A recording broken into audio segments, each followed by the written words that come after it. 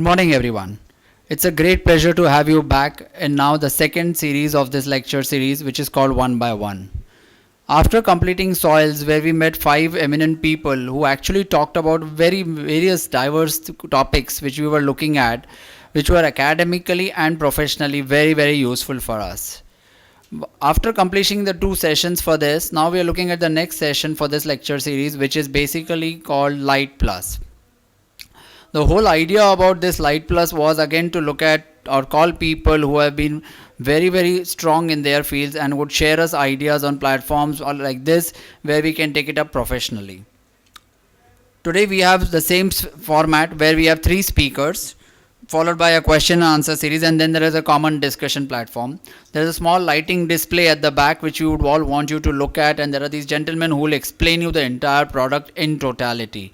And I think it's important to get a first hand touch about the product rather than just seeing it superficially. That would be my request to you guys.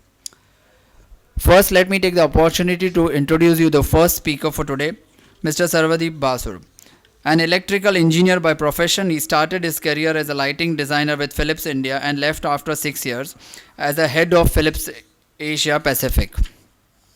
He started his own practice 17 years back and has offices in India, Germany, Doha, China, and biggest office in Shenzhen, China. He has worked on for Beijing Olympics, largest flower and landscape exhibition ever in the world, largest convention center in China, the Golden Temple Amritsar, just completed the Pink City beautification in Jaipur, largest project in India. For Shenzhen lighting design, their firm was honored in European Parliament for artistic lighting while preserving nature beauty of the night.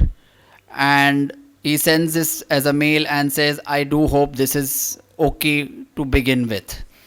I hand over the mic to him.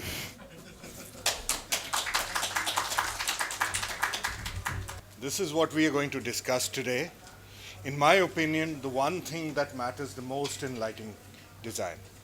So that's the topic of, and that's all what we are going to discuss today. Just one thing, and I know by the end of it we'll all connect to it.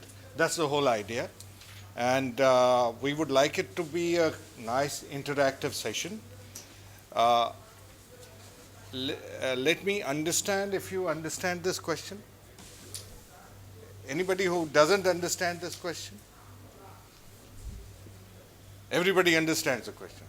And anybody has any ideas what it means? What would I be talking about?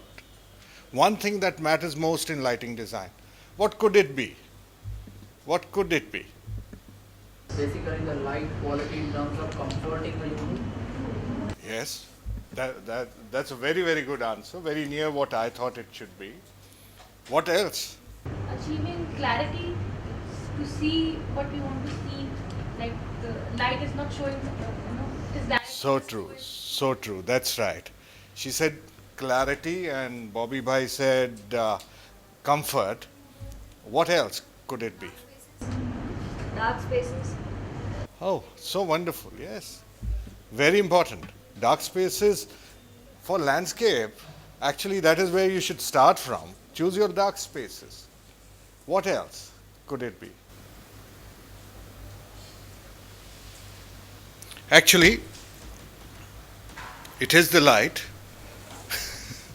and the people and how light affects people. So there's a lot of study which has been going on. I've been working as a lighting designer for almost 30 years now. 86, 87 I started. So it's 31 years. And I've worked on many good projects because at that time there were very few of us who were there. So my first project as an independent lighting designer was the Opera House in Sydney. I was working for Philips at that time, and that was the project which I independently handled. And after that there's been a whole lot of many projects which I've done, and after making many mistakes, I realized that it's basically connecting light with people. And during that time, Amardeep will be the right person to tell you about this sometime if we get the time during the question answer session. During these last 25-30 years, there's been a lot of research on how people and people react to light, people's mind reacts to light, and people's bodies, how they react to light. And it all boils down to visual comfort. Very close to what Bobby Bhai said. That visual comfort is probably the most important thing in when you design lighting, especially in landscapes. Because landscape night is a time where landscape lighting happens only at night. Indoor lighting happens during the day as well. But when you are talking of nighttime lighting, whether indoors or landscape, you have to be very sensitive, because human being, Homo sapiens, we've been there for 500,000 years, and out of that only probably the last 100 years we've experienced artificial lighting. 40 years we've experienced fluorescent lighting, which is white light. Before that it was only warm light. And that means our DNA is actually built for dark spaces, or at the most lighting created by fire. So we are actually most visually comfortable in soft lighting. So that is something which we need to start with. I have been working in China for the last now 15 years, 14 years, and China goes overboard with lighting. I don't know if you've seen China. Anybody who's been to China and experienced lighting? Shanghai, the Bund. And in China, we roger the spaces. We use lighting like nobody's business, you know. And there's a reason behind that. Because all the cities are in competition between each other. Amardeep would be talking about city lighting and urban planning in the afternoon. China has its own way of approaching city planning. All cities compete with each other. Shanghai is competing with Beijing very openly. Beijing is competing with Guangzhou very openly. We have our office in Shenzhen, and Shenzhen is competing with everybody. Shenzhen wants to be the leader in everything. By the way, let me mention it to you. Shenzhen's GDP is 1.6 times that of India. It is the richest small district in the world. So it's already richer than the Silicon Valley. 1.6 times that of India. And we are talking of a space which is 100 kilometers by 100 kilometers. That's Shenzhen. So all these cities are competing against each other, and one way of doing that, probably the designers thought, was to have bright, colorful lighting. And what was sacrificed was darkness, visual comfort, and the whole food cycle, food chain. So a lot of things were sacrificed, and so we'll talk about this as we go through this presentation, what we are doing in China to get back our dark nights. So when you talk about what visual discomfort can do, it can cause disability. This is an extreme case. It can blinden you. So we would start from this and then start improving. In China already we're doing something which has already been done. We've been actually causing disability. People have not been able to distinguish when they go from extremely bright streets, go into a restaurant. They've been been actually blinded, and they've not been able to see. In extreme cases, disability.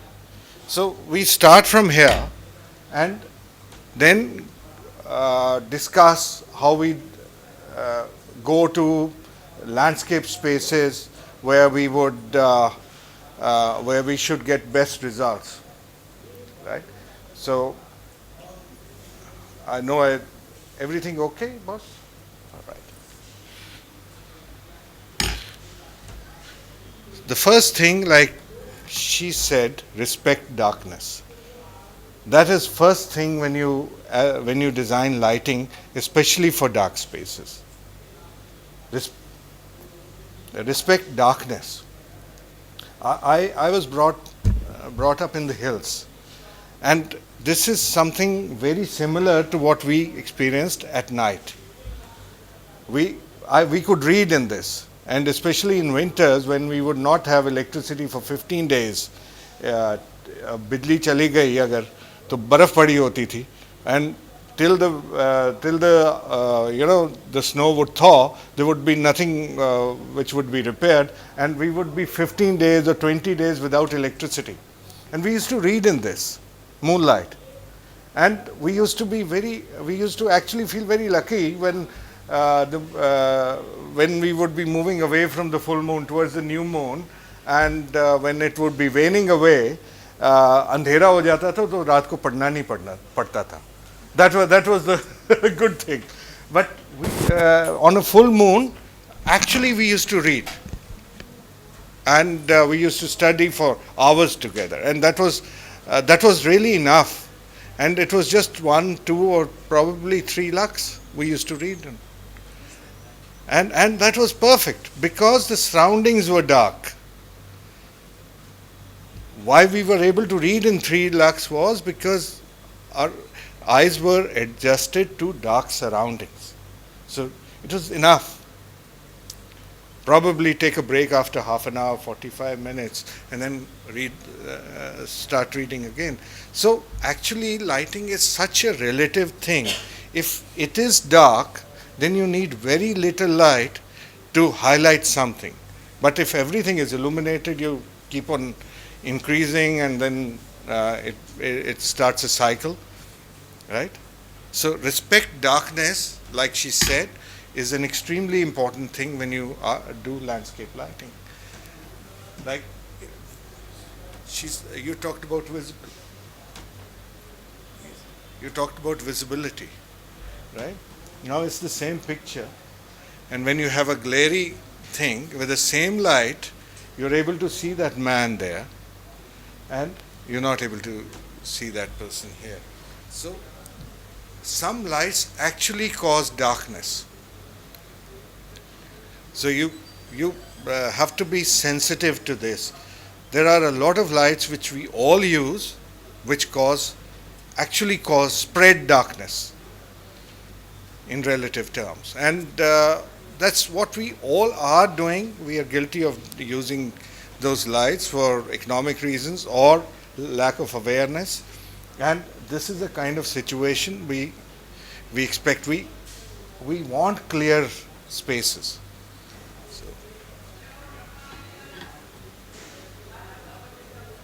Another thing which we should do is respect nature's lighting design. Nature's lighting design is actually very pretty. This is a picture from Kasol, which is about 50 kilometers. This is the nearest town to my house. So Kasol, and you see the sky there. This picture was taken about 10 days ago on a clear sky and after rain. So that is what we experienced there. And this, unfortunately, I took last night.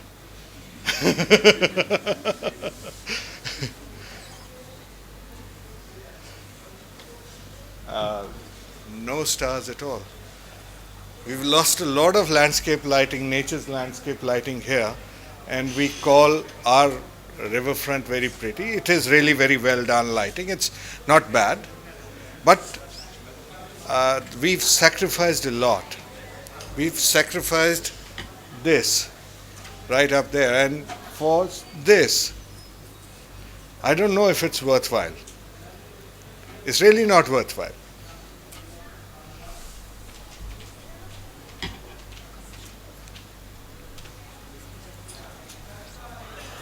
Clearer scene.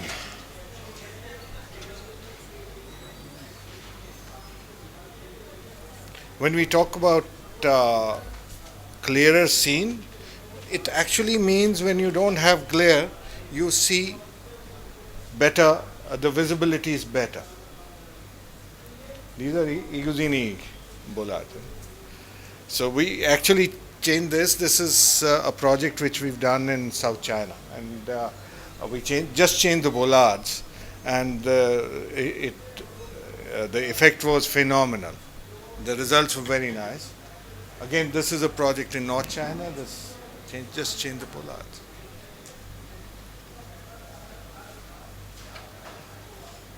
So when we reduce glare, the visibility actually increases. You see, phenomenal results. And it's all about a little bit of awareness and a little bit of right choice of lighting fixtures. It's just about choosing the right kind of fixture, or more importantly, just being aware. So elements look better, visibility is clearer, everything we've seen in the previous slides. Actually, visibility, this is a little thing which we did. We just changed the lighting fixture to a much cheaper fixture here, and just placed the lights better. Nothing else changed. It's the same lumen package, the same wattage. It's just the fixture which was a much larger fixture. We changed it to a smaller fixture, and the result was much better. And you are able to see the steps. People are able to walk comfortably. Visual comfort and beautifying by light is an experiment which we started in Shenzhen. So what we did was that we still wanted beautiful lighting, but we wanted visual comfort as the basis of our lighting design in Shenzhen. And this is something which we started about 6 years ago. And 2 years back in the European Parliament, our work for a project, SCG, this was a project which was recognized by the European Parliament as something which is path breaking. It is a CBD of about 2 square kilometers which we had designed, and we had actually gone overboard with beautification. We had a lot of funds, so beautification with light was very nice, and it's a celebratory place. Jack Ma has his personal office in this area, and Lang Lang, a very famous musician, has his own studio there, and he performs in the open there, and it's a fantastic place to be in. And we also took care of visual comfort, and we preserved the night sky. And European Parliament conducted a survey all over China, and this was recognized as the best project. And this gentleman right next to me is the mayor of Shenzhen. Yeah, a mayor in China is a big man, really. It's the governor of the place. And he went with me to the European Parliament. So it was quite an honor. I was the first Indian to be speaking there and to be presented with an award. Yeah, thank you. But unfortunately for a Chinese work, and I would love to do that in India. Hindi Chini bye bye. And it was the ambassador, India's ambassador to the European Union, who told me that I'm the first Indian. He felt very proud at the reception, and he and his wife had tears in their eyes to see an Indian being given an award. So it was nice, but unfortunately, I hope to do it for India sometime. We should get it done. How do we achieve visual comfort? What do you think is the best way to achieve visual comfort? Any ideas? Abadal. Awareness, I think. Yeah. The first thing as a lighting designer, all experienced lighting designers would say awareness. And that is what we started doing in China. We started with students, architecture students in Shenzhen. Then we went to Guangzhou. Now, this organization is called YesGo. And this is the first workshop we started, and this was just one class of architecture students in Shenzhen, which joined us, and there were these 30 young boys and girls, and now we have 500,000 members, the YesGo organization, and they are in every city of China. And what these guys actually do is they learn this and then they practice this during workshops at night. This is the same day, and this was the first day of that. And now 500 people are spreading this awareness. They go to shops which are polluting and which are causing visual discomfort. Saturdays, Sundays, these people get together and go to shops. They go to village and town administrators. They go everywhere, and it is a kind of a revolution. And this was started about I think about 2.5 years ago. 500,000 members.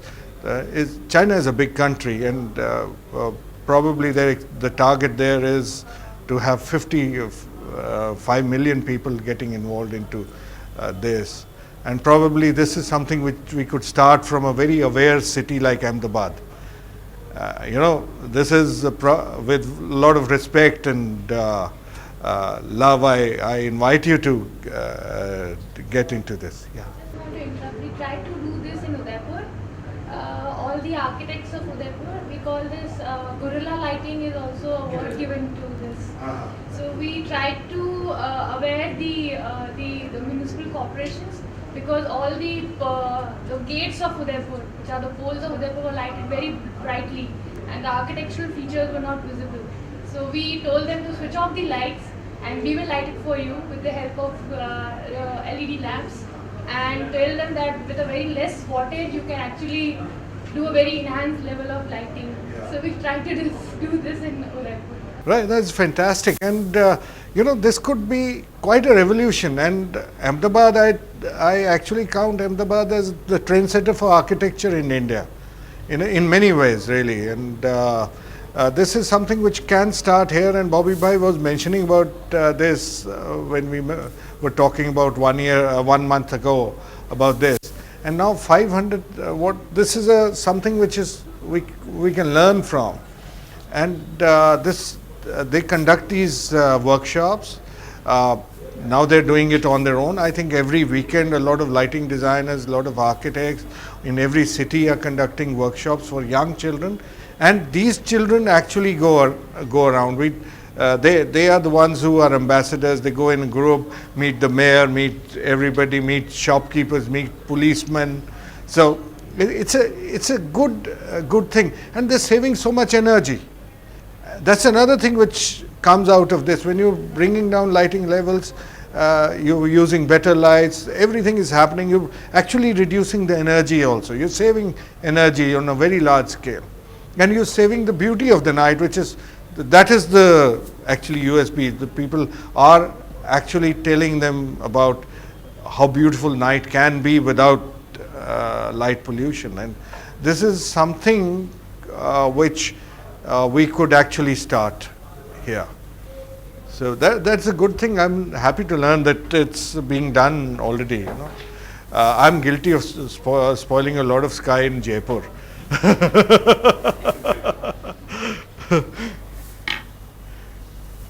Choice of awareness was one thing. Choice of lighting fixtures is another. And there are lots of lighting fixtures which could actually be used. Normally a lighting fixture should do this, but if it is not well designed, that is what it does. So when we choose a fixture, it should be less light polluting. We should have less glare, and it should focus where the light needs to be focused. So unfortunately, we are not aware that this is what we have to achieve, but we're getting there. So choice of lighting fixture is important. Many kinds of good lighting fixtures. And this is one fixture, one type of fixture which is giving good results. That's a glare fixture on top, and this is Iuzini is very happy. Huh? So,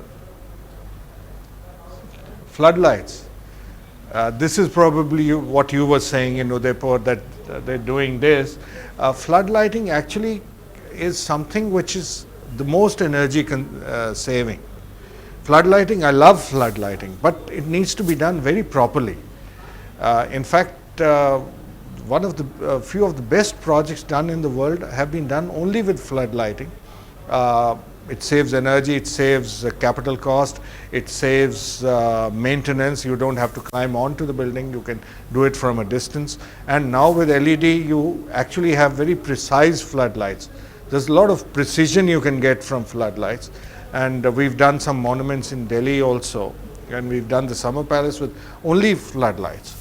And the results are phenomenal, whereas earlier plan for the Summer Palace is a very important monument in Beijing, and the plan was to put lights on the building, and then when we went in, we told them it can be done with floodlighting, with precision floodlighting.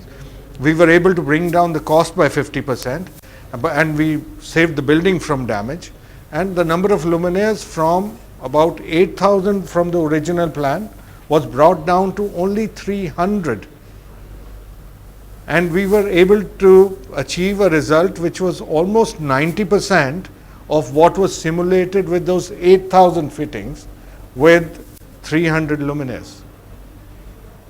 8,300 is a drastic number difference, and that was done with floodlights only. So with floodlights you can achieve very good results, but the choice of floodlights is extremely important. Precision floodlights are now available. Unfortunately, we confuse floodlight with light which is available from some manufacturers, which really spreads light, but it can be brought down to a very precise thing. And we'll skip these.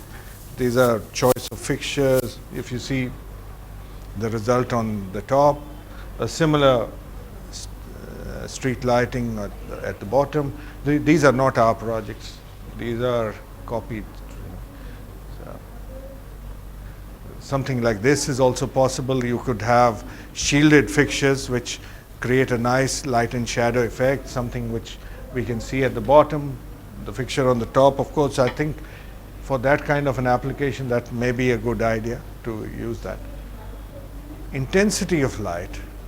This is another way where you can actually achieve visual comfort. Intensity of light is extremely important. We really don't need to brighten up things too much, and that is something which we can choose. Both these projects are in China. The one on the left corner is not ours. The one on the right corner is ours. That's the Edition Hotel in Sanya. So we actually, when you light up, say, a landscape space, I like the gradient which we achieve there, from as you go up, from bottom to up, if it's an uplight, and by the time it reaches the top, the intensity is gone down quite a bit. So we could have done something like that as well. That looks nice too, but this is fine. And intensity of light really is something which you have to carefully choose. Like she said, choose the dark areas. But another thing which you could do is you can light things up more judiciously. I mean, you still light up. Don't use a 10-watt fitting. You use a 3-watt fitting. It does the job. Here we're using only 5 watts per meter linear light, and it does the job quite well. It's quite nice. Intensity here. Now that one is lit, it's the same area. That one's lit with a softer light. You're able to see the texture, you're able to see what is happening to the stone. And here the light is oversized. पिस्तौल से काम चलता था तो वो तोप चला दिए. You know, so same conditions, but choice go for try lesser wattages, lesser lumen packages. They really work better. And they result in visual comfort and better results. You're getting gradient, you're getting everything right. Uniformity is another thing. I don't know why we all talk about uniformity. Nature does not talk about uniformity at all. Especially at night, daytime lighting is uniform. Nighttime lighting was never uniform. And I'll show you this picture again. Now, the lighting designer, they wanted uniformity right up till the top of the bamboo. Whereas here, we could have done, we like the gradient. We like the gradient. Now, uniformity is two types. We are talking of vertical here. People also talk about uniformly lit pathways. I like brighter, spotty pathways with a bit of light and shadow, of gradient there. It works well. It really works well. So uniformity vertically, uniformity horizontally, we can be judicious about it. Right?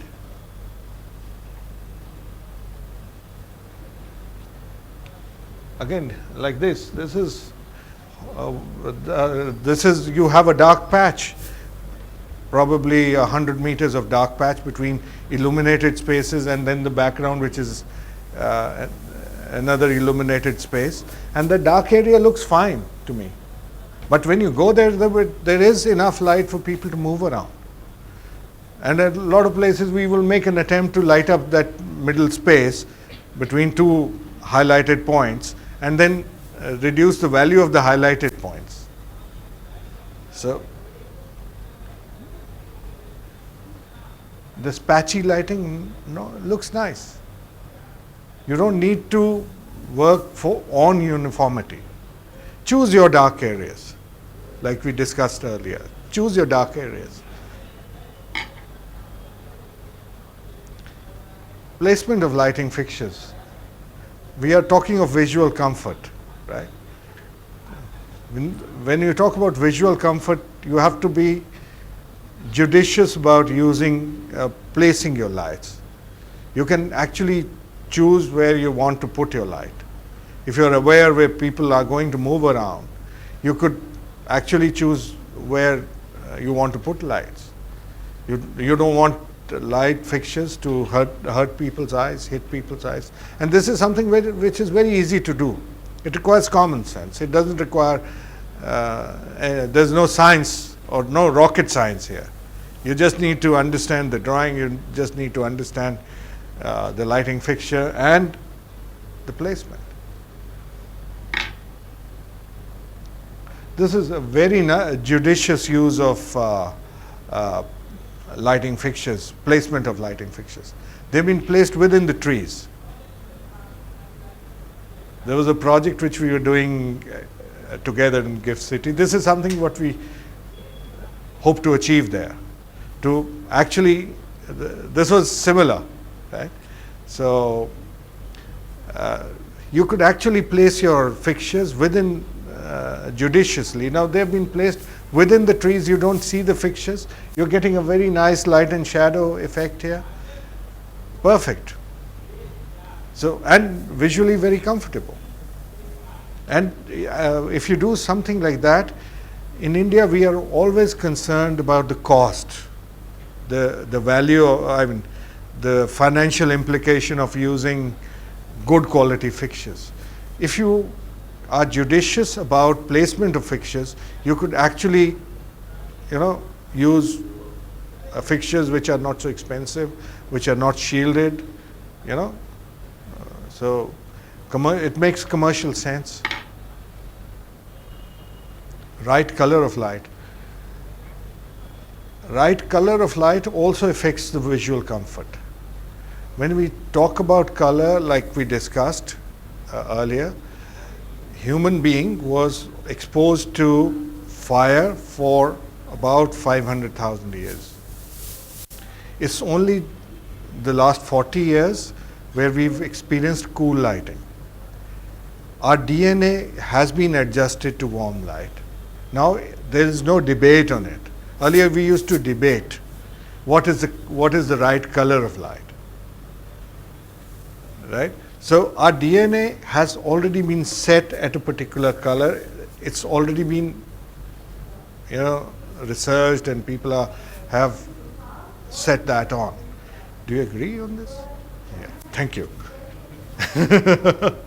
But now the right color of light for especially landscapes is a warm color, 3000 going cooler to warmer shades of color. So that is something which will give you visual comfort. And if you illuminate in a warm color, even trees and plants and most of landscape spaces look better, right? So I will close this my talk with some nice visuals of a project which we just completed in China. This is the largest man-made swimming pool in the world. It's about 4.5 acres of swimming pool, and this is a hotel in southwest of China. It's just been completed, and so if you see, visually quite comfortable. Not a single light source visible. And these are not photoshopped pictures, please. This is the Sanya Hotel again. We saw the bamboo of the same hotel earlier. This is my favorite picture of last year. We got an award for this. This is the same hotel. So the same swimming pool going through a different area now, same look and feel. So that's it. Thank you. Any questions? Thank you, Basur Saab, firstly. A couple of things which we were actually making notes of internally when we were having this, and this is something which you will have to help us with.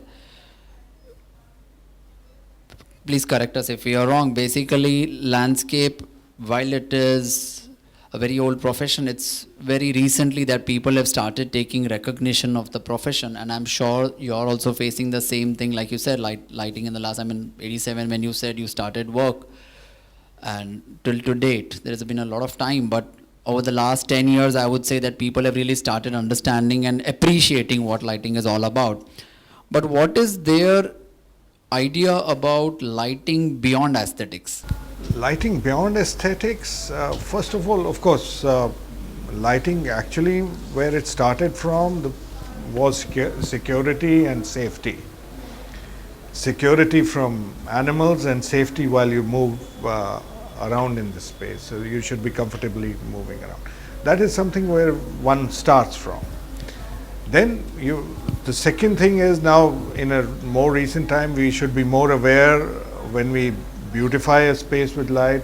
You ought to talk about visual comfort like we were doing it, and preserving the night sky, preserving the nature of natural lighting design. So that is something we would like to preserve.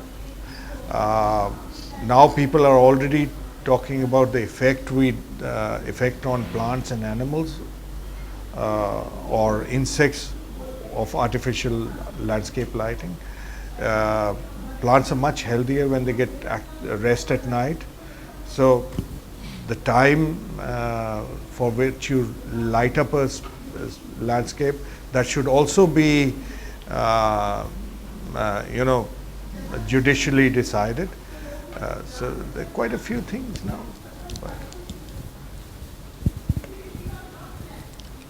Your presentation, of course, talked about light pollution, where you showed that sketch which really talks about saying how does the light kind of required, and then there is a glare and there is a pollution on top.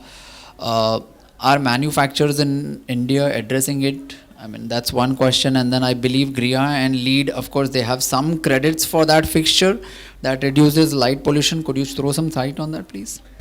First of all, I'm sure Indian manufacturers are working on it.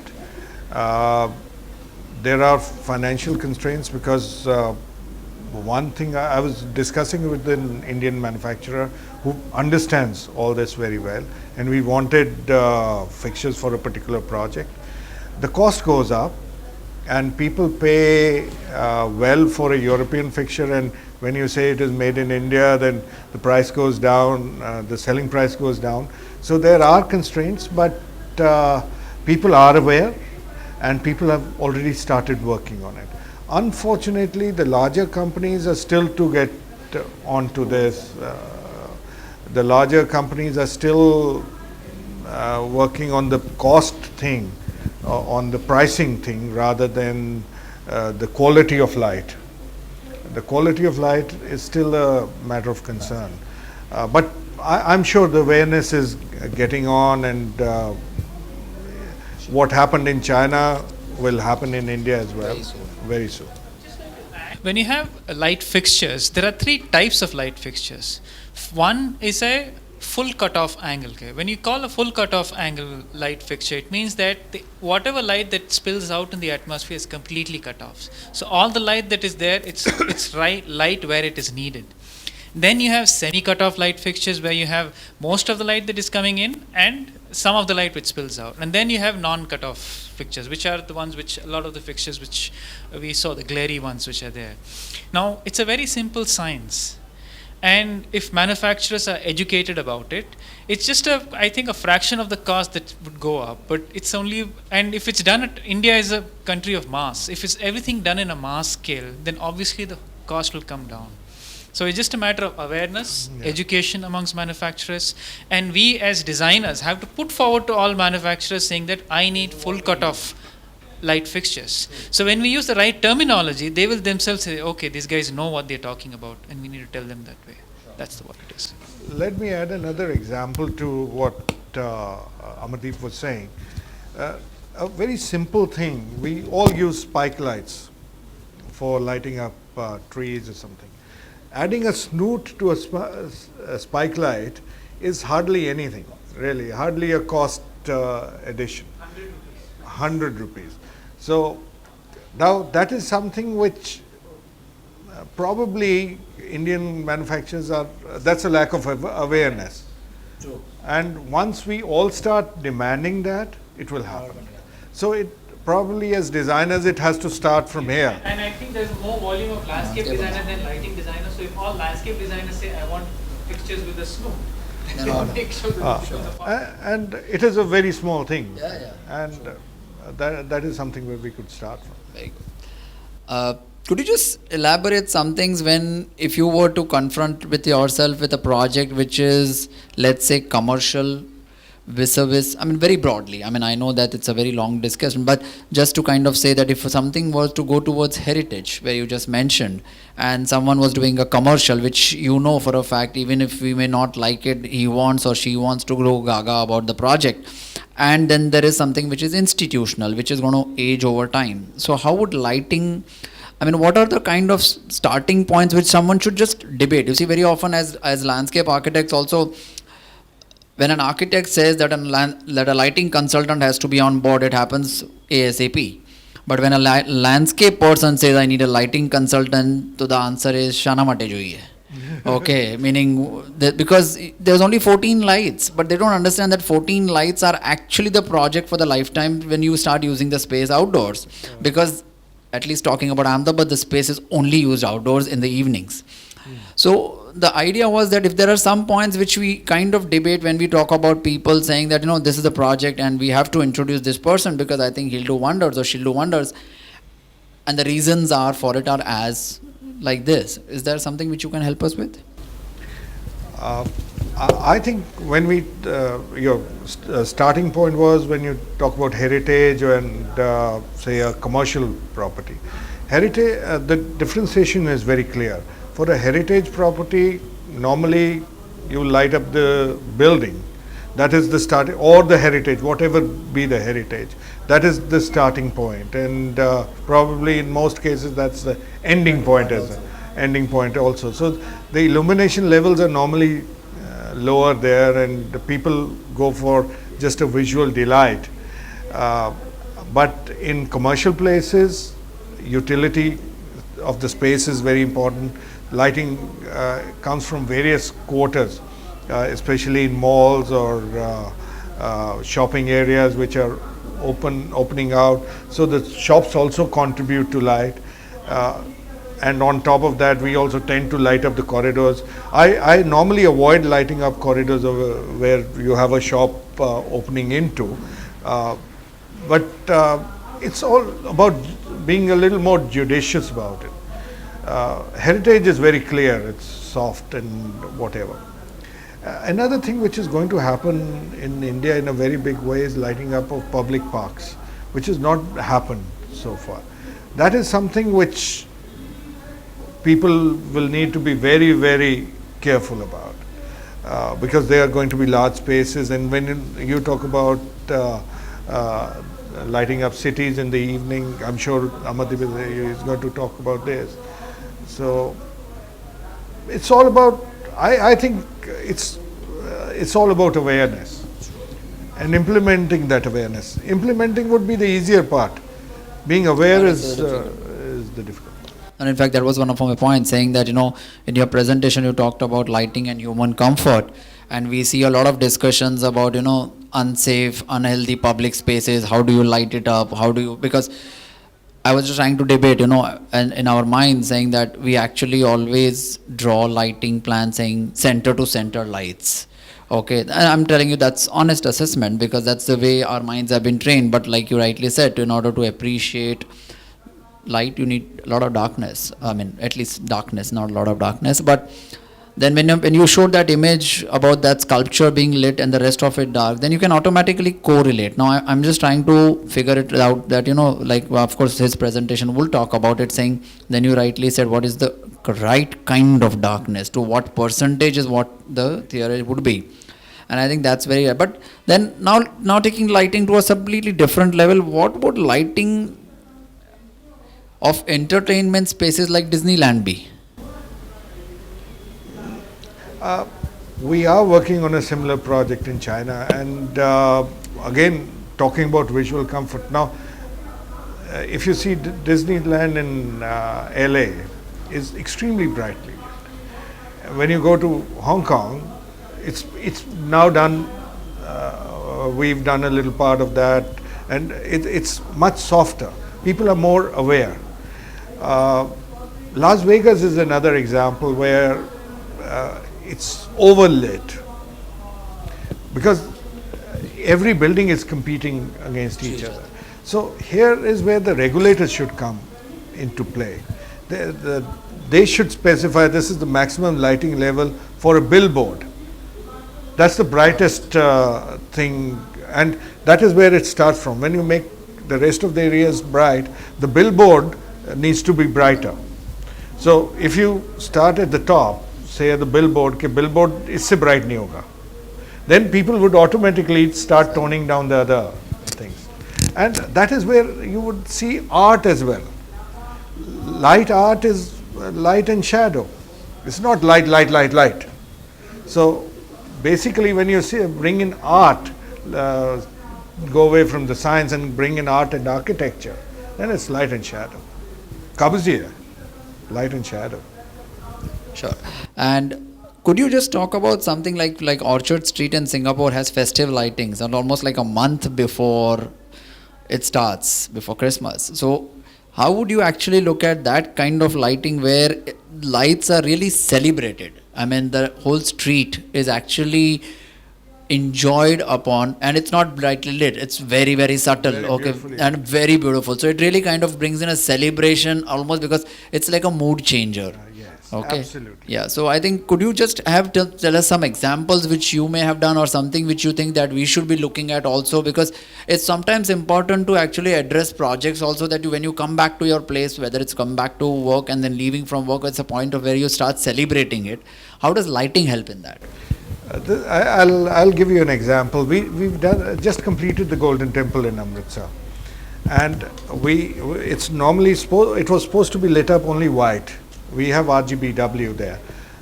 The whole thing is RGBW, and normal days it's all white, and on special days, on Diwali, on special occasions, it was supposed to be colorful. Now for every hour, every day, for half an hour after a particular time, now it's 9 o'clock, 9 to 9:30, we put the festive lights on. It's just the same fixtures become change color, and people come to see that spectacle. It's very beautiful at night, and it makes everybody happy. Light is, like you said, it's such a mood changer. I would love to do festive lighting everywhere in before Diwali in India. That is something which really, we have, we as human beings look forward to such things. आज मैंने अगर Europe जाना है, परसों जाना है, start feeling happy today. I'm running away from here. When you start looking forward to Diwali and you're seeing signs of Diwali a week in advance or 15 days in advance, it's fun. I just saw your mail last night and it said you were closed for 15 days. Yes. During that time. That actually made me very happy. Diwali aa rahi hai. Great. Thank you so much. I think we will have another round which all of us together, once we have heard the other presenter also. We'll break for lunch and then we'll come back here again at 2 o'clock. Thank you everyone. Thank you. Welcome back everyone. Let me now take the opportunity to introduce the business manager of Ecozini in India based out of Mumbai. He has been a part of Ecozini since the last 4 years and has a total lighting experience of 8 years. What he was just trying to do is put together all the lights for you to turn it on so that post the presentation you all can actually individually see each and every light whatever you want to, and take personal questions from him which you would be free to answer. May I now introduce Mr. Girish please. Good afternoon everyone. I am Girish, for business manager for Ecozini in India, and it has been 4 years I have been working for this company. Ecozini is an Italian company, and they are into architectural manufacturing lighting, architecture lighting, and so they are into the manufacturing business since 1959, and they are specialized in making optics which gives you a visual comfort and which gives you a better quality of lighting. In India, Ecozini started their business in 2003, and it has been 15 years we are doing business in India, and we have successfully completed more than 500 projects in India, big and small. And this is our structure in India. We have 16 channel partners all across India. 2 of them are there in Ahmedabad also. So these are some award-winning products of Ecozini. This is the laser blade downlight. This is a very famous downlight in the lighting industry, which gives you a very good visual comfort and a glare control. This product is known as Trick. This is used, we call it as a graphic light also. You can use for different applications. If you want to illuminate windows, and if you want to illuminate arches, this is a small product, can do wonders to illuminate all those spaces. So this is another award-winning products. One is Street Light Crown, then we have iPro, and then Pizza Cobra. So this is another lineup. This is another product which is an award-winning product. It's a tree uplighter, and it's a quarter of a circle, and 4 of them put together can form a circle around a tree, and it will illuminate the entire tree. So this is a brief product overview of Ecozini, the outdoor products basically. So we have street lighting, we have in-grounds, we have linear fittings to illuminate the vertical walls, we have in-grounds, and then we have floodlights also. So this is one of the product for outdoor application, that is Trick. This is mainly used for facade lighting. So we have 3 kinds of product in this. One is the blade effect, and in the blade effect we have a product which is called 360 degree. I have this product there with me. I can show it after the session. You can see the product performing also. So we have wall washers. It can illuminate walls, and even it can illuminate green walls also. Then we have radial, which is 360 degree, which creates a sun. This product has been inspired by sun, so it can graze the wall. So this product is called Line Luce, and we have different versions in this. We have surface mounted, we have in ground, and this can be wall mounted also. This is used to illuminate the vertical walls, and it gives a very uniform lighting. Even if the two products are illuminated, it will not create a scallop, what you can see, no dark patches, and it gives you a very uniform lighting. This is iPro floodlight, can be used as in different application, can be used as a tree uplighter, can be used to illuminate a statue, and it is available in 5 sizes, like starting from 29 mm to 150 mm. We have different kinds of floodlighted available in different beam angles also. You can choose it as per your application. So these are the different kind of beam angles which are available. We have all the accessories also, like we have the snoot also, can be used while doing a tree application. You can use the snoot also, so that it can cut off the glare and it can give you a proper light. So these are in-ground fixtures. So these products are available in 3 sizes. We have different beam angles. Then we have, in this particular product, we have a blade effect also, and this product was developed specially. We have reduced the height of the fixtures, because for in-ground fixtures earlier the height of the fixtures used to be a big problem in case of installation. So we have reduced the height of the fixtures, and wattage wise we have 110 lumen to 630 lumens we have this fixture. So this is available in 2700 Kelvin, 3000 and 4000 Kelvin. So this is the bigger version of the same light up family. This product is known as Earth.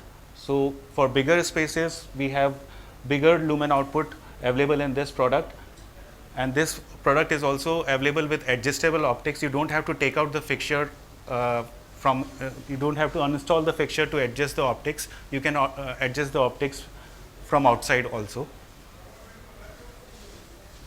So this product is available in 3000, 4000 and RGB.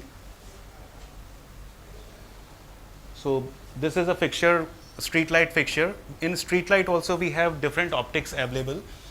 We have optics for street light optics for high traffic area. We have optics for pedestrian area. We have optics for square also, for large squares also. So different optics are available. I am carrying 2 samples of street light also here. So afterward you can have a look at it. This is a twilight post op used for garden illuminations and squares.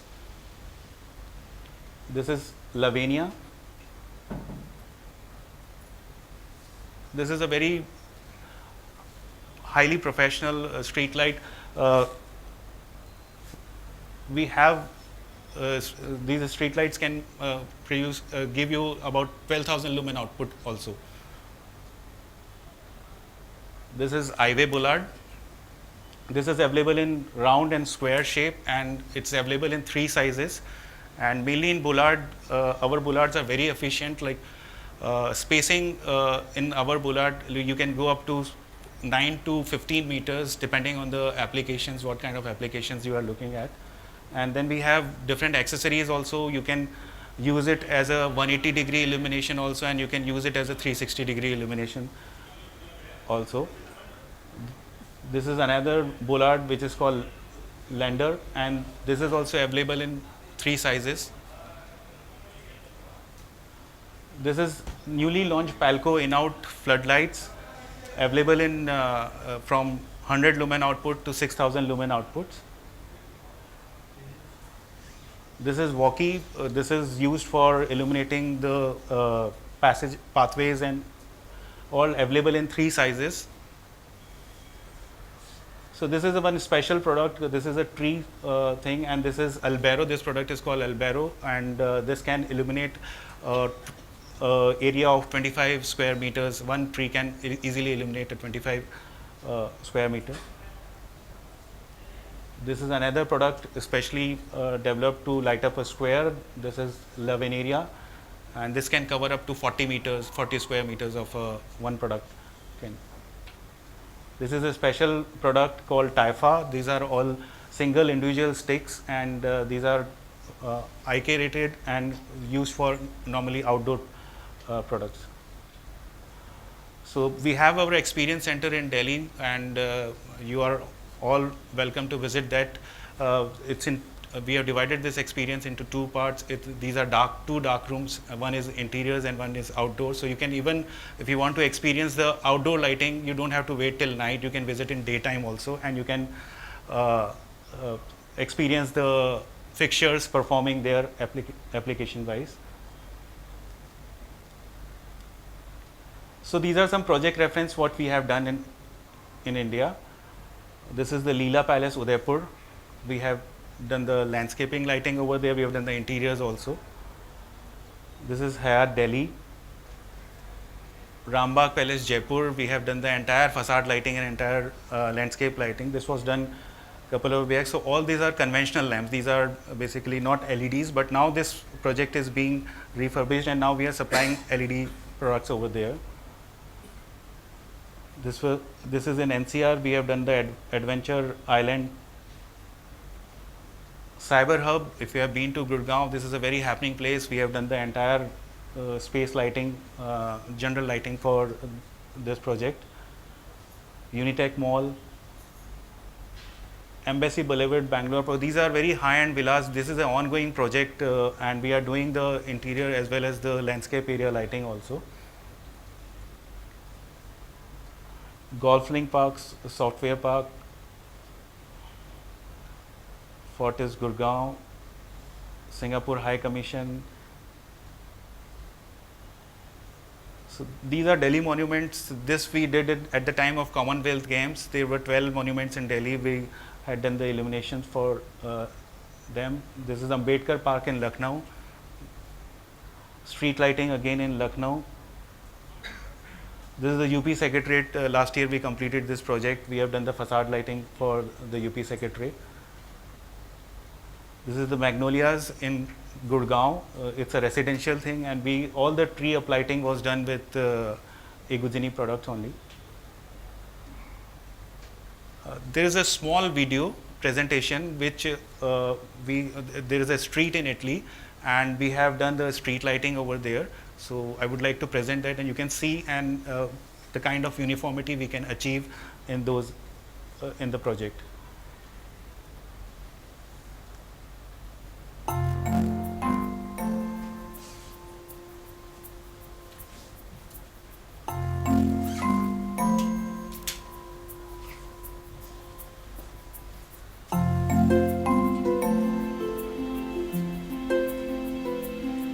This is the crown fixture we are using here.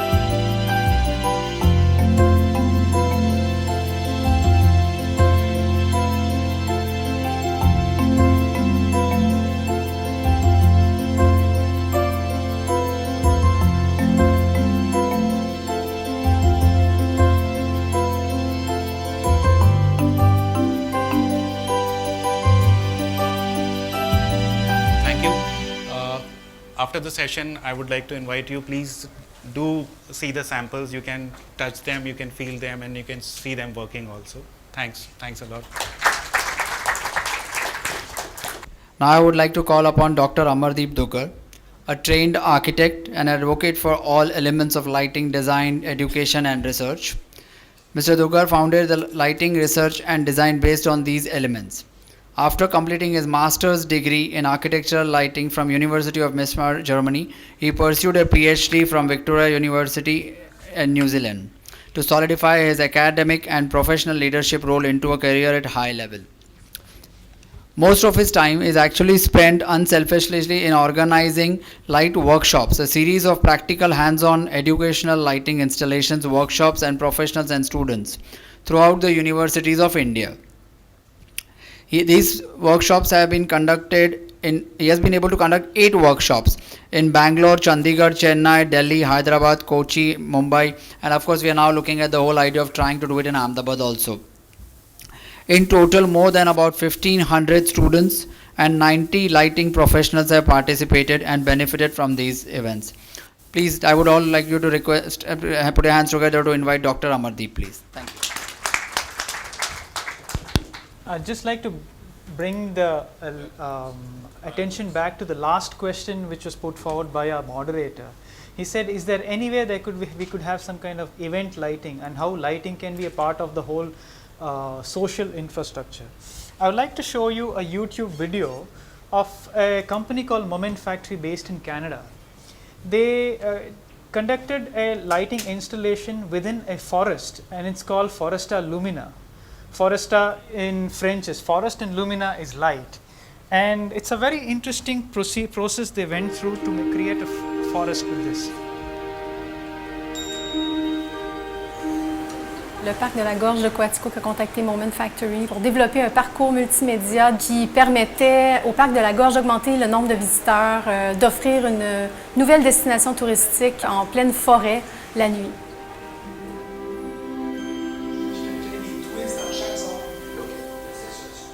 Le parc de la Gorge offre plusieurs activités de plein air. Notre principale activité, c'est de la randonnée pédestre. On a 28 km de sentiers de randonnée pédestre pour différents niveaux, que ce soit intermédiaires et débutants.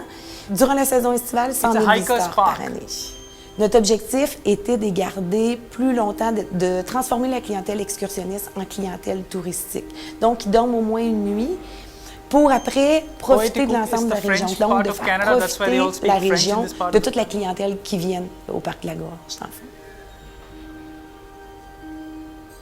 Le processus de création a été très particulier pour Foresta Lumina parce que là, on avait comme canevas la forêt. Il fallait prendre toute sa physiologie, ses mystères, sa forme, ses détours pour créer notre expérience en mouvement. Alors, c'est une expérience qui est vraiment intrinsèque au territoire, naturelle dans l'environnement. On s'est inspiré des légendes d'ici. On a travaillé avec les gens d'ici, puis on a voulu s'adapter à l'environnement d'une façon la plus naturelle. Je pense que c'est une expérience qui ne peut pas exister ailleurs. Contexte vraiment particulier ici dans le parc de la Gorge de Quaticook. D'habitude, on travaille toujours dans les villes. Maintenant, ici, on travaille dans une forêt. Juste se promener la nuit en forêt avec une flashlight, c'est déjà magique. We talked about flashlights in the darkness. Donc, l'inspiration première du parcours, c'était bien entendu la forêt de Quaticook. Mais on s'est aussi intéressé au mythe de la forêt. Puis on s'est rendu compte qu'un peu partout dans le monde, il y a tous les mêmes archétypes de ces légendes de la forêt. It's a sound and light experience of a fairy tale. L'aventure commence dans le Jardin des Souhaits, où les gens découvrent les 7 personnages mythiques de la Gorge de Quaticook. C'est aussi l'endroit où on peut formuler un souhait, parce qu'on dit que la forêt est magique. Ici, ceux qui se laissent porter par ces mystères verront leurs souhaits se réaliser à la fin du parcours. Un parcours de 2 km, environ 30 minutes, dans lequel les différents personnages qu'ils ont découverts dans le Jardin des Souhaits vont se révéler à eux, sous toutes sortes de formes. Je souhaite que le Foresta Lumina crée de nouveaux souvenirs, que les gens se rappellent de cette fois où la forêt avait pris vie devant leurs yeux la nuit. Un monde où l'imaginaire règne.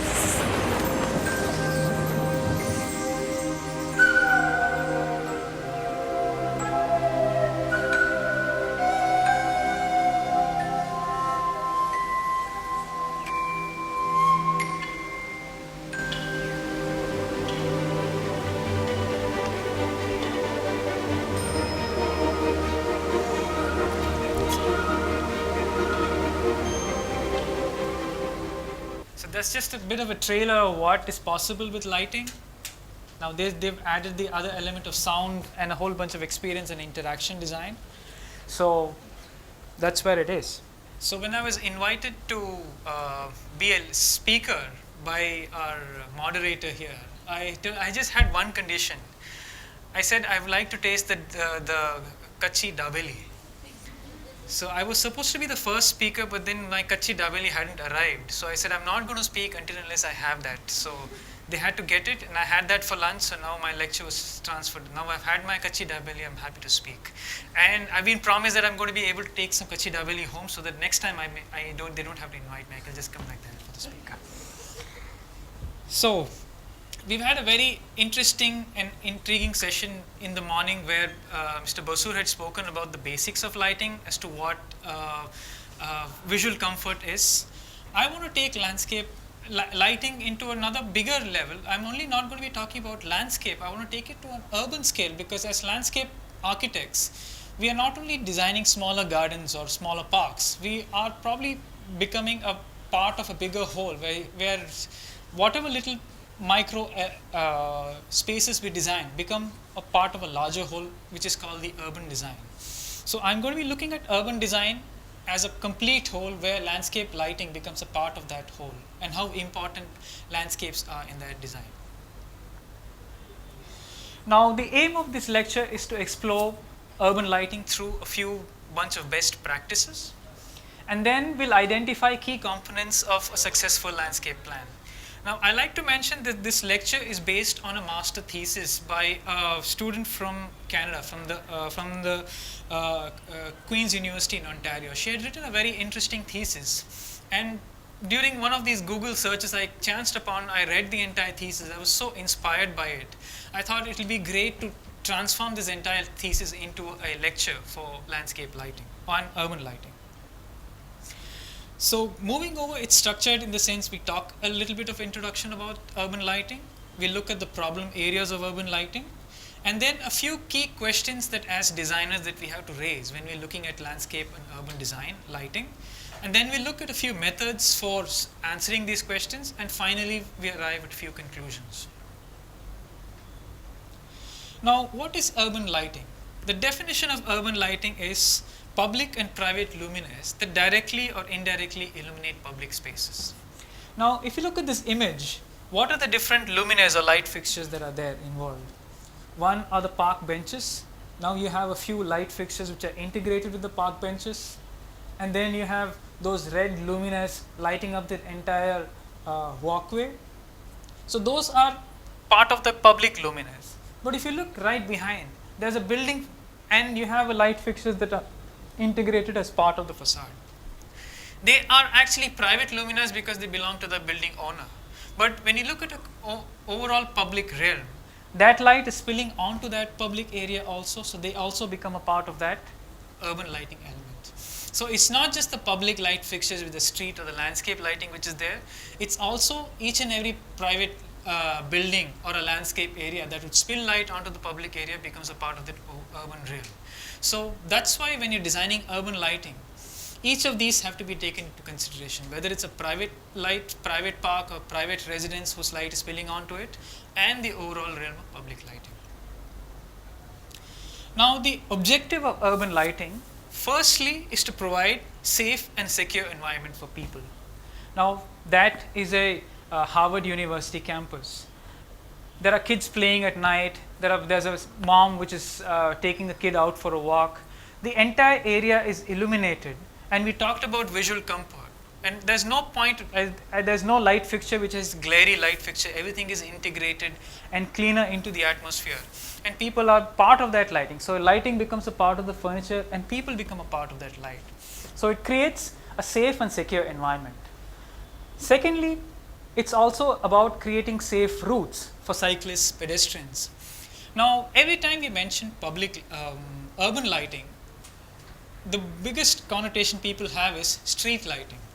Now, if you look at the image on the right, do you see any pole light or street light fixtures in that image? No, right?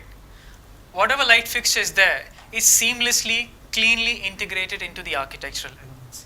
You have these smaller elements which are integrated with the bridge wall, and you have a few uplights lighting up those trees.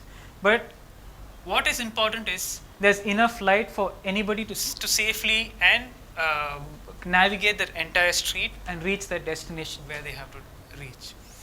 So urban lighting doesn't necessarily mean you need to have street lights or pole lights.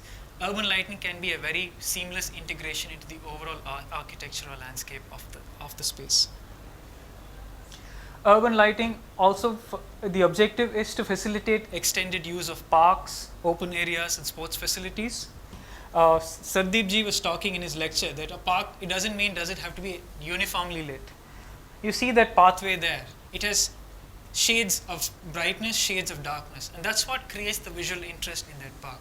Can anybody say that this park is not safe because it has so many dark patches? No, right? It actually makes it a lot more interesting. You want to take a walk on this park simply because it has these visually interesting elements in that area. Urban lighting also is about enhancing significant elements. Now that is a play area that was actually a climbing wall. Normally climbers wall are used during the day, but the wall is so interestingly lit, but that actually kids will be a lot more interested to climb up on this wall. So urban lighting or landscape lighting has an important role in creating that amount of playfulness and social interaction in that area. And one of the biggest objectives of urban lighting is to ensure the coordination of all the elements. It has to be a visually coordinated visual master plan. This is where a lot of our cities in India struggle because we don't have any singular master plan. Everything is done in a very hodgepodge manner and there's no singularity or uniformity in the way how a space has to be looked at. This is not the case in most cities in Europe or the US where the public authorities, the government makes it a point to create a visual master plan so that the entire lighting of that area comes into one cohesive whole. So these are some master plan planning. Just like you have an urban design master plan, you also have a lighting design master plan, how the entire city or area is to be illuminated. Now, so much for the introduction. Where are the problem areas? The first problem area is isolated design strategies. By isolated design strategies, meaning like what Sardeep ji has said, every city is competing against each other. Now, what becomes a problem is within the city, everybody is competing against each other. Now, you see the skyline, that's the city of San Diego. Now, if you look at each one of these buildings, they all stand out as masterpieces. But when you look them collectively, don't they all look like a big chaos? Why? Because each one is competing against each other. There's no visual hierarchy, there's no visual harmony between how the facades have to be lit. One guy says my facade has to be better than the other facade, this guy says this facade has to be other than this, and all they end up doing is they end up doing the same thing. in the end each building ends up looking the same like the other, because they're only competing against each other, which is brighter than light. So, and we have to understand from a point of visual comfort, the eye can only see one level of brightness. We saw how in the moonlight we are able to read in the moonlight. But now just imagine everything is going to be so brightly lit. The eye gets confused. Is not able to see which, its focal points kind of keep differing because it's confused which one should I look at first because of this competition. Another biggest area is light pollution. Now we talked about a light fixture like that. Only 50% of the light that comes downward is useful light. This 10% is glare because it hits the eye, and the remaining 40% it disturbs the birds of the sky because they are not able to sleep. Now birds have, just like we have daily cycles of day and night, we need to have our 8 hours of sleep. Birds or even other animals which are aerial, they need this level of sleep, especially bats. Now if so much of light is spilling out into the sky, they get confused because they don't know whether it's day or night, and this is what creates. And for us too, it becomes a problem. Now just see, that's a hotel facade. When I go to a hotel room, I want to open my window. So that hotel window had to be closed down because light from this street light is spilling directly inside the rooms. And I face these problems a lot of times when I enter a hotel. I want to open the window because I want some fresh air, but I'm not able to do that because there's a lot of light that is spilling out from the street light and it's disturbing my sleep at night. And all this is caused because of bad light fixtures. We talked about full cutoff light fixtures. Full cutoff light fixtures would mean this entire set of glary light will be cut off and there will be no light spilling into the night sky. So when there is no light spilling into the night sky, it will not enter the windows and it will be a good thing. The other major problem area is inadequacy of lighting codes. Now, just like how we have building regulation codes, structural design codes, there are also lighting design codes. But what happens with lighting design codes is that they only talk about lux levels. I need to give 10 lux here, 20 lux here, 50 lux here, and that's it. And if you follow this, you have done a good design. Unfortunately, none of these codes talk about a history of a space, the culture of a space. Who are we designing for in the end? We're designing for human beings. And we as human beings are sensory beings. We have a past, we have a future, we enjoy good things. But none of these codes describe these sets of history. So when you have a monument, how should the monument be illuminated? What should be the surrounding areas? How should they be illuminated so the monument gets the more focus and the surrounding areas less? There's no codes or standards that describe such kind of way of designing a space. So this is where I would say the ability of light to unify urban environments and reinforce neighborhood character is not there because codes do not specify this. So there is an inadequacy there. So the questions that arise are, what qualities of urban lighting are critical to establish an inviting public realm? Second question, how are urban lit elements perceived and interpreted by people? And thirdly, what recommendations can be offered to cities and towns for the development and coordination of future urban lighting strategies? So this is looking at it from a much more bigger and a more global perspective. Sorry. So the method we're going to be looking at is, first is a policy analysis. I have studied a few master plans of successful cities where there are cities in Finland, some cities in Canada which have successfully applied a few master plans. We looked at those master plans and looked at the best practices that have been used and put them in this presentation. Second is a visual analysis. Now, design has a few certain specific rules. What is geometry? What is order? So in terms of urban design and urban lighting also, there are a few visual pointers that we need to look at. So we'll look at that here. And finally, we'll try to combine the 2 points of policy analysis and visual analysis in terms of a synthesis and arrive at a few solutions to look at urban lighting and urban landscape lighting in a collective whole. Each of these points I'm going to be discussing in the analysis level. First is image and elements. Every city has an image, every city has a various set of elements that create that image. When we talk about New Delhi, it's the India Gate.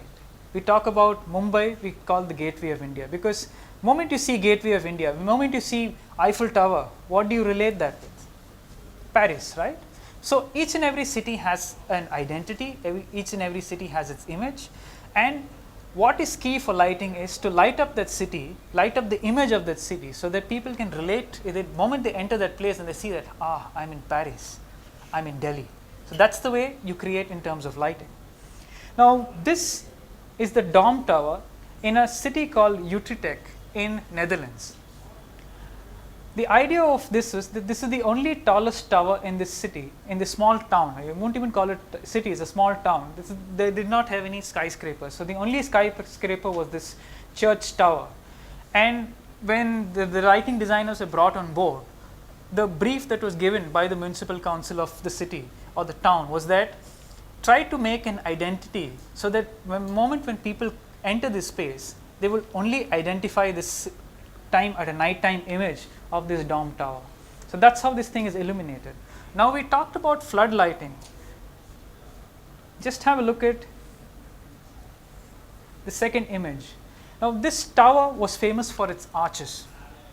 So whatever lighting has been done is only the arches that are illuminated, and how is them illuminated is with seamlessly integrated discrete light fixtures. At any point of time, I'll go back again, at any point of time do you see any large bulky looking floodlights being mounted onto the light structure?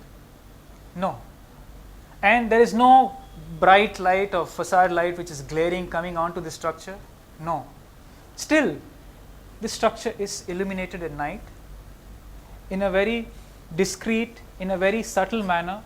Each of these arches, the brick structure has been illuminated, and people can relate with it because it establishes the identity and the heritage of that structure, of the place. So it creates a brand identity. So this church was known, the city of Utrecht was known because of its church, and the lighting has now created a brand identity for this city. Now this is another very interesting neighborhood again in Netherlands, in the city of Rotterdam.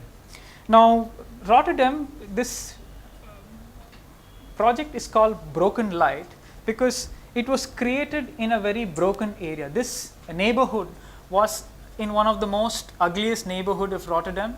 It was plagued with crime, prostitution, and it wasn't a very inviting area. So the city municipal corporation took it upon themselves to give this a complete uplift. So it had a neighborhood identity. So whatever lighting you see, these are just lines of light created to highlight the facade, but the optics is so precise that no light spills into the windows. It doesn't disturb. And the street path is created like a walkway under a park. So you have daylight filtering through, and the image that is created is, it becomes an interesting walkway. What was the technology that was used? It was just one street light. What was done is that the street light had vertical projection gobos which create these vertical patterns on the wall, and it has these horizontal creation gobos which create these horizontal patterns. And the same pole is used for street lighting, because you cannot have this uneven pattern of light on the street because it will disturb the driveway. So the same pole is actually used for creating a urban identity and giving the required illumination or lux level for driving. So you have environmental considerations, you have identity, you have heritage, and you've created a completely interesting image of this neighborhood. So now this has become one of the most talked about neighborhoods in Rotterdam. People specifically go and visit Rotterdam, they visit this place because they say it's just amazing to take a walk at night because of just the ethereal quality of the lighting that has been given inside this area. It's called broken light. Within environmental conditions, you also have to look at renewable and recyclable technologies. Now this is the Bay Bridge in San Francisco. So they called upon a light artist they said, why don't you give this Bay Bridge a complete facelift with lighting? So what the artist did is, he used simple LED strings that we have, because LED strings, he said, are renewable or recyclable technologies. I'll use them for 1 year, I'll remove them, and I can use them to light up another bridge. So the idea was to recycle the same LED strings over here on other bridges in other urban areas. And the entire lighting was lit by an off-grid photovoltaic system which is right next to the bridge. So this whatever kilowatts of power that is taken up by this lighting, it's not paid for by the municipality, it's just the solar off-grid system that is being given. So it's a renewable technology, and lighting can actually be a very environmental friendly, environmental conscious mode of lighting. It's just that there has to be awareness in doing this. Staying within environmental considerations, there is also something called the ecology of light. Now, the city of Los Angeles was the most light polluting city in the world because there was so much of sky glow, there was so much of light that was spilling onto the sky that the city authorities said we need to do something about it, we need to change the image of our city. So, collectively they came together, and I think close to 100,000 street light fixtures were changed, the entire urban lighting strategy was changed. And today, Los Angeles has become this because there's no light spill, sky glow, the entire forest area is left in the dark, and it's a much more ecologically way of lighting up a city. Staying within the city of Los Angeles, Mr. Basur was talking about how streets can be lit just from windows. This was a conscious decision that the city of Los Angeles took because the Rodeo Drive in LA is one of the most high-end retail areas of Los Angeles. Tom Cruise to Julia Roberts to Justin Bieber, all of them do their shopping in this Rodeo Drive because it's such a high-end area. What the city of Los Angeles done is they've not used any street lights here, just except for these heritage poles, because there was so much of light that was spilling out from the retail windows. It was enough to illuminate the streets. So it's a very cost-effective, sustainable way of lighting up an entire area. If you see even these staircases, there are no light fixtures over here on the staircase because light that is spilling out from these shops is enough to light and illuminate these staircases and the pathways within the area.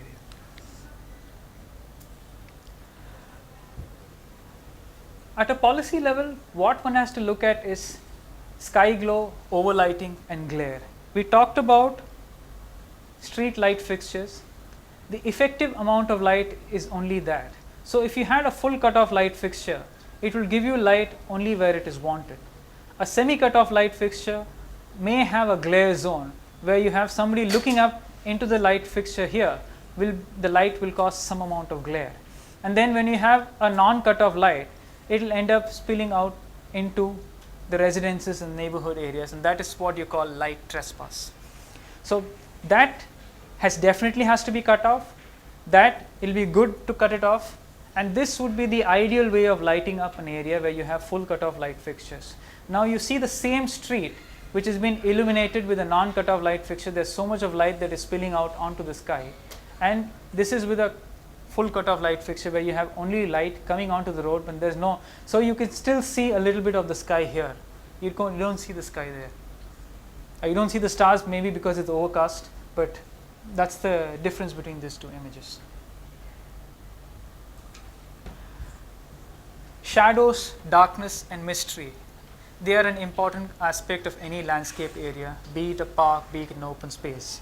Now this project is the Queen's Elizabeth Olympic Park in London.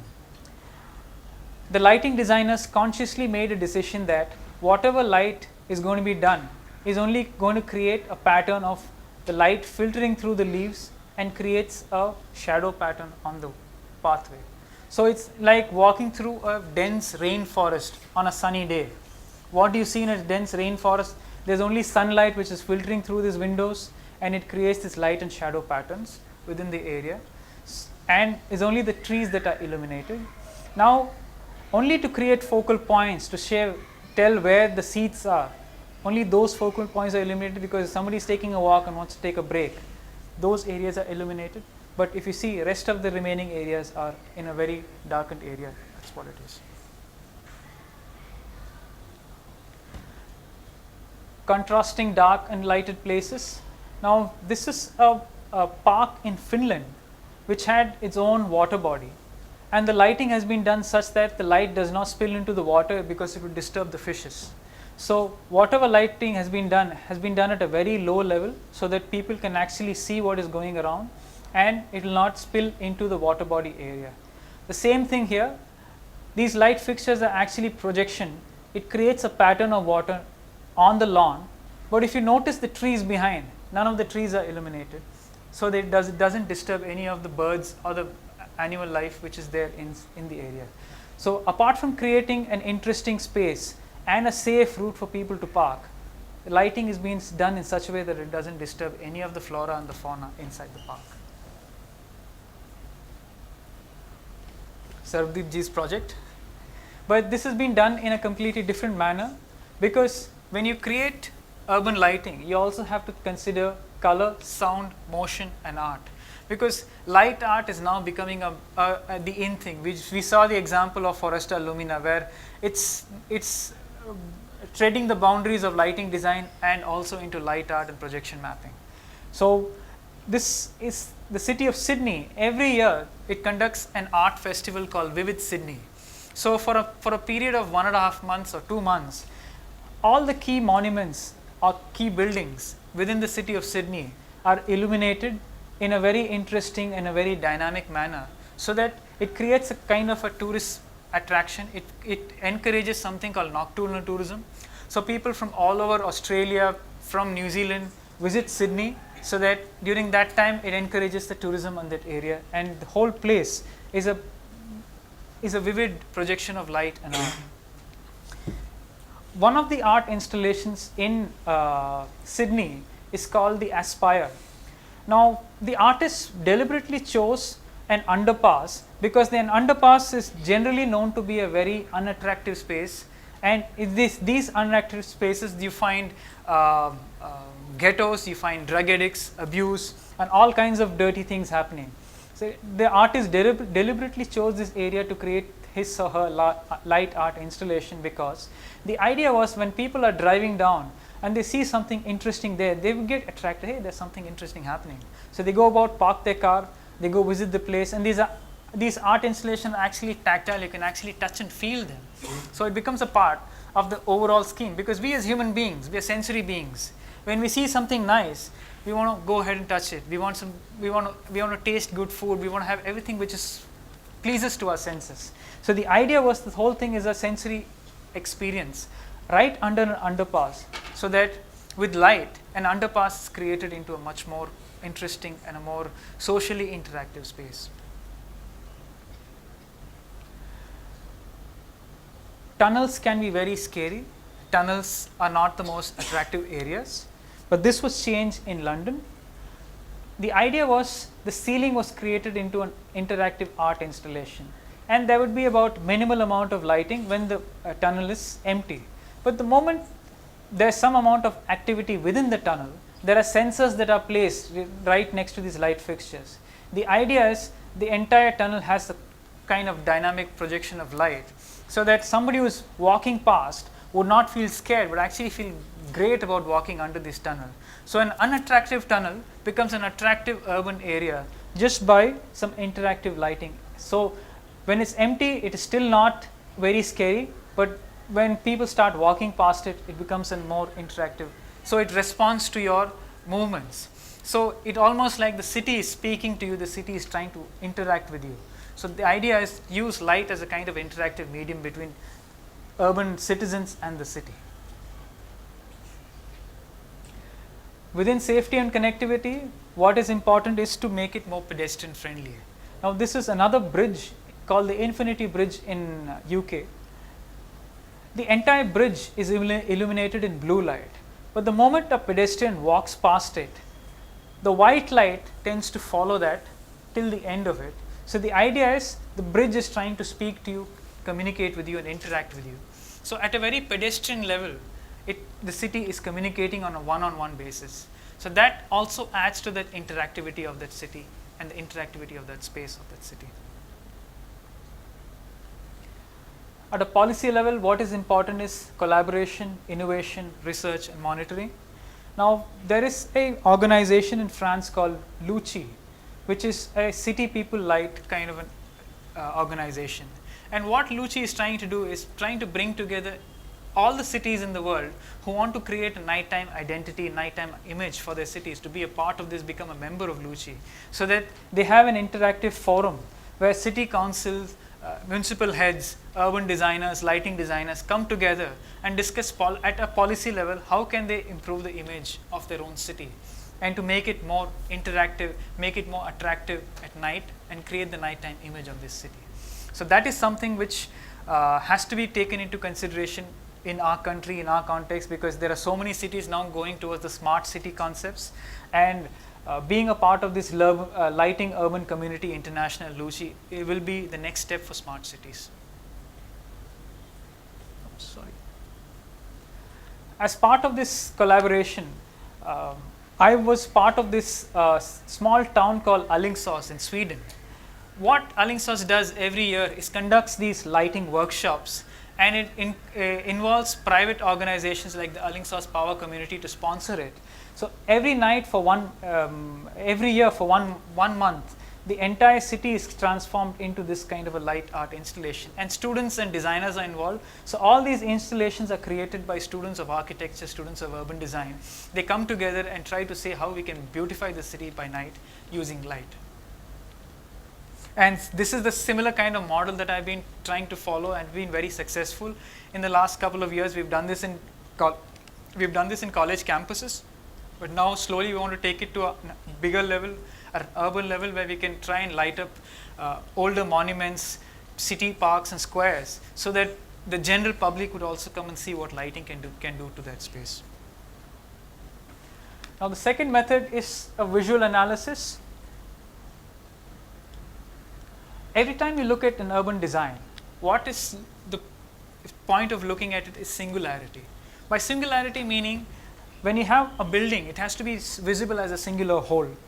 Now, this is one huge building called the Knight's Bridge. It was a heritage building which was converted into a set of shopping malls and complexes. The problem was each of these had its own identity. So with lighting, the whole image was created. So the entire building started looking like one with light. So by doing that, what you end up doing is you create nodes within a city. So if somebody wants to go to a part in London, he says Knight's Bridge. Automatically people realize Knight's Bridge as this is one singular building, and people can actually creates monuments within a city. So a city is not known by just one monument, there are many monuments, and all those becomes an identity of that area or zone or that locality with lighting. Form simplicity. By form simplicity, I mean everything, whatever lighting has to be done is to create geometrical clarity and legible elements. Now, this is a memorial, the Soldiers' Memorial in Australia. During the Australia and New Zealand War, a lot of the soldiers had lost their lives. So they created a memorial. So the form of the building is geometrical cube. But if you look at the closure of the lighting, what it does is each of these are soldiers, and they were lit in such a manner so that there is clarity on the lighting. So apart from the building, overall building geometry, you also see each and every individual elements, which is a statue representing the soldiers of Australia and New Zealand. So you have form simplicity as part of the lighting. By continuity, this was a project in Sweden. Now, what the lighting designers did was that they wanted to create one scheme connecting all the metro stations of this area. So every time you want to enter a metro station, sometimes it's difficult to identify. What has been done is all of these trees are illuminated in blue light. The moment you see blue light when you enter this, you can identify that, oh, the metro station is nearby. But how do you know how to access that metro station? So what is done is these are not paints, these are actually light projections done from these street lights. They actually guide the person to the basement metro station. So a simple thing as guidance element for metro station has been given a new dimension just with lighting. And what they've done is each has been given a color. So blue stands for sky, and they have green for water, they have red for air. So each of these areas within the city and the metro has been given a different color, so that they know that, okay, when I enter the blue zone, I'm in this part of the city. They enter the red zone, they are in that part of the city. So very simple thing of light has been used as a way of manner of creating an identity and creating wayfinding within that area. Dominance. Now each city is going to have its most dominant element of structure, like this one in Dubai. We all know what structure that is, the Burj Tower. Obviously the Burj Tower has been illuminated in such a way that stands out compared to all of it, but in my opinion there is still a lot of light pollution. Don't you agree?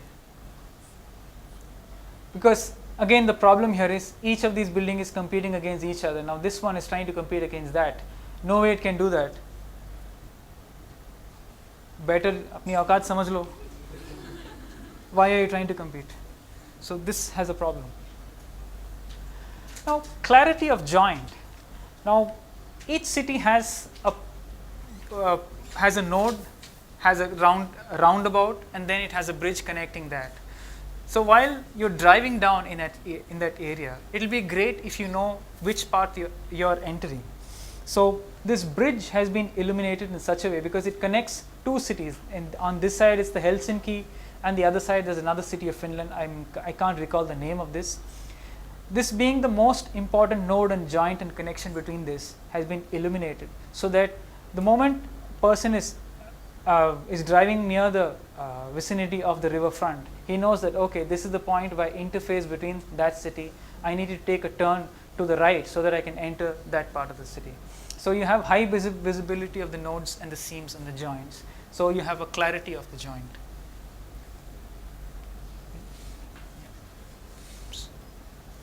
Directional differentiation. By directional differentiation, I mean there has to be asymmetry in the usage of the space. Now, this is the time when people are using that area.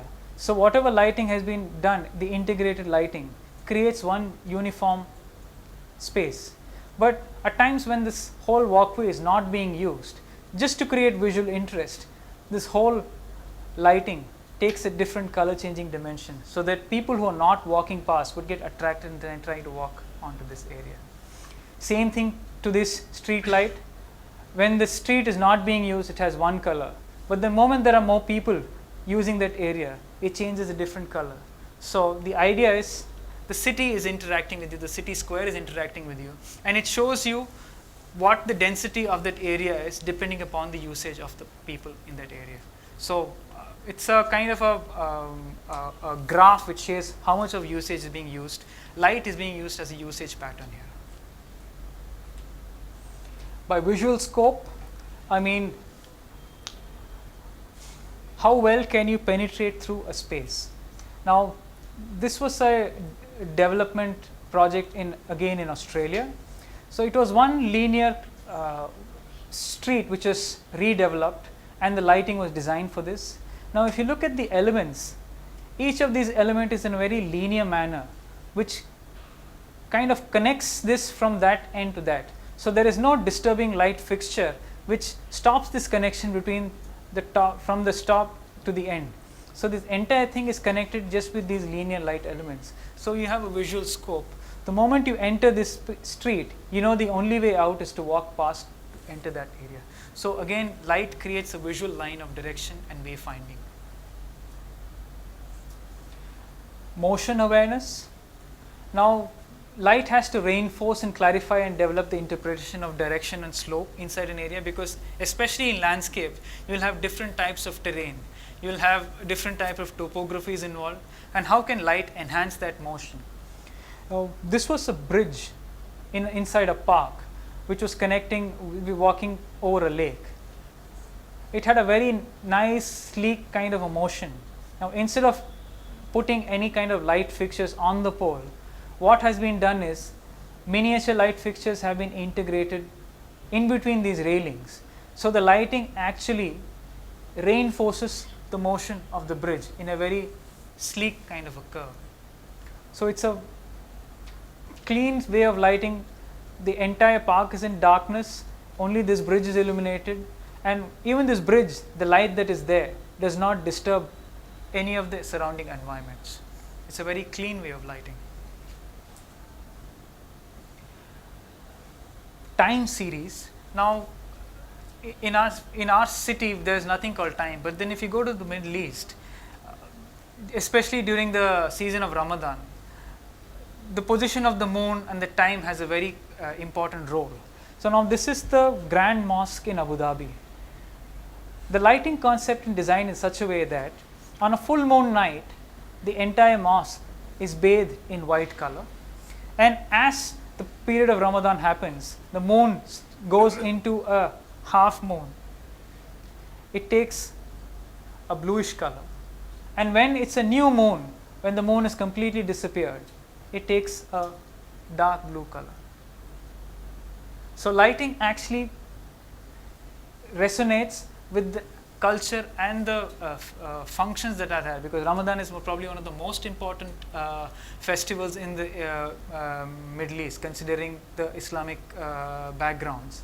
So lighting becomes a part of that religion and the culture too.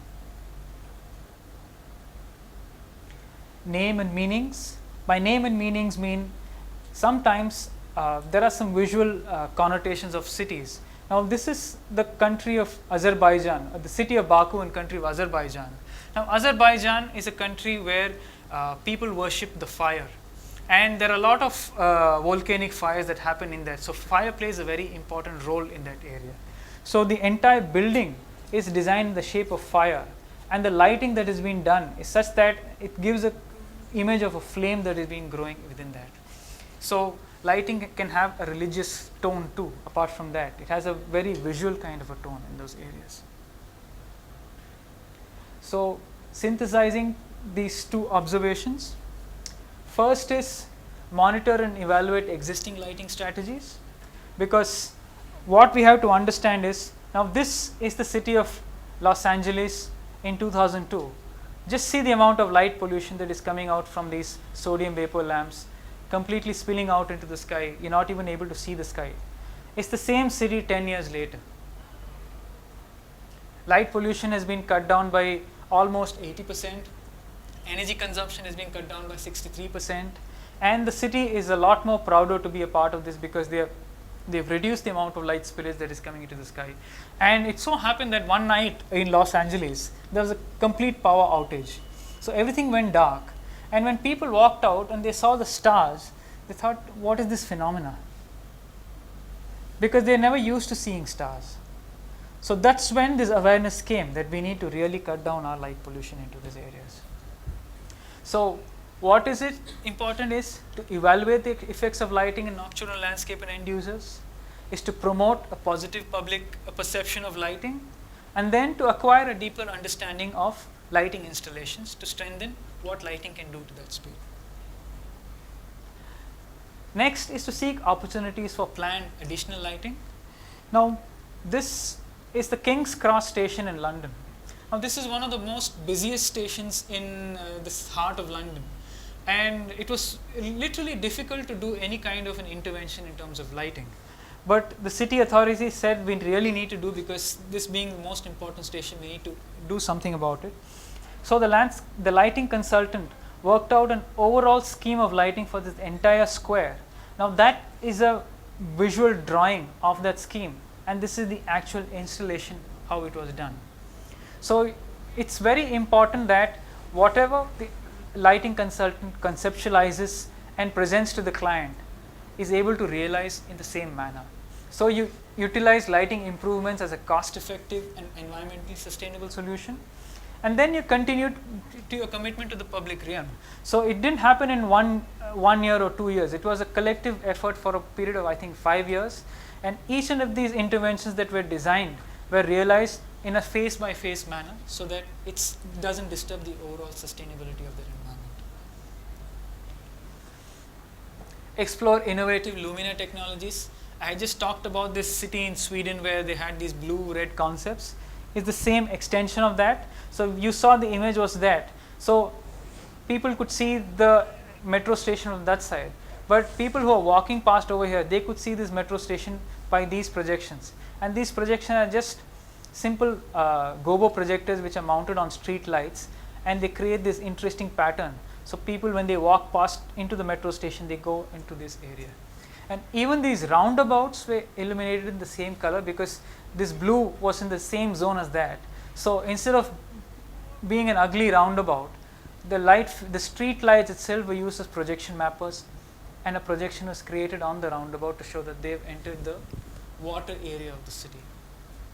So you investigate performance based and hierarchy view standards, you devise intelligent lighting strategies, and then you execute permanent utility of light fixtures, which can be a permanent installation of art within that city. Most importantly is to develop a lighting master plan.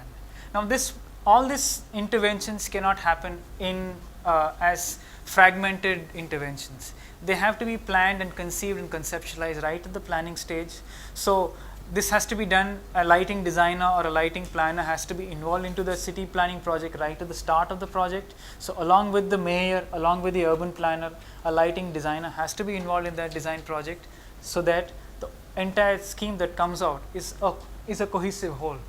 So what you do is coordinate public and private illumination at the development and permit approval stage.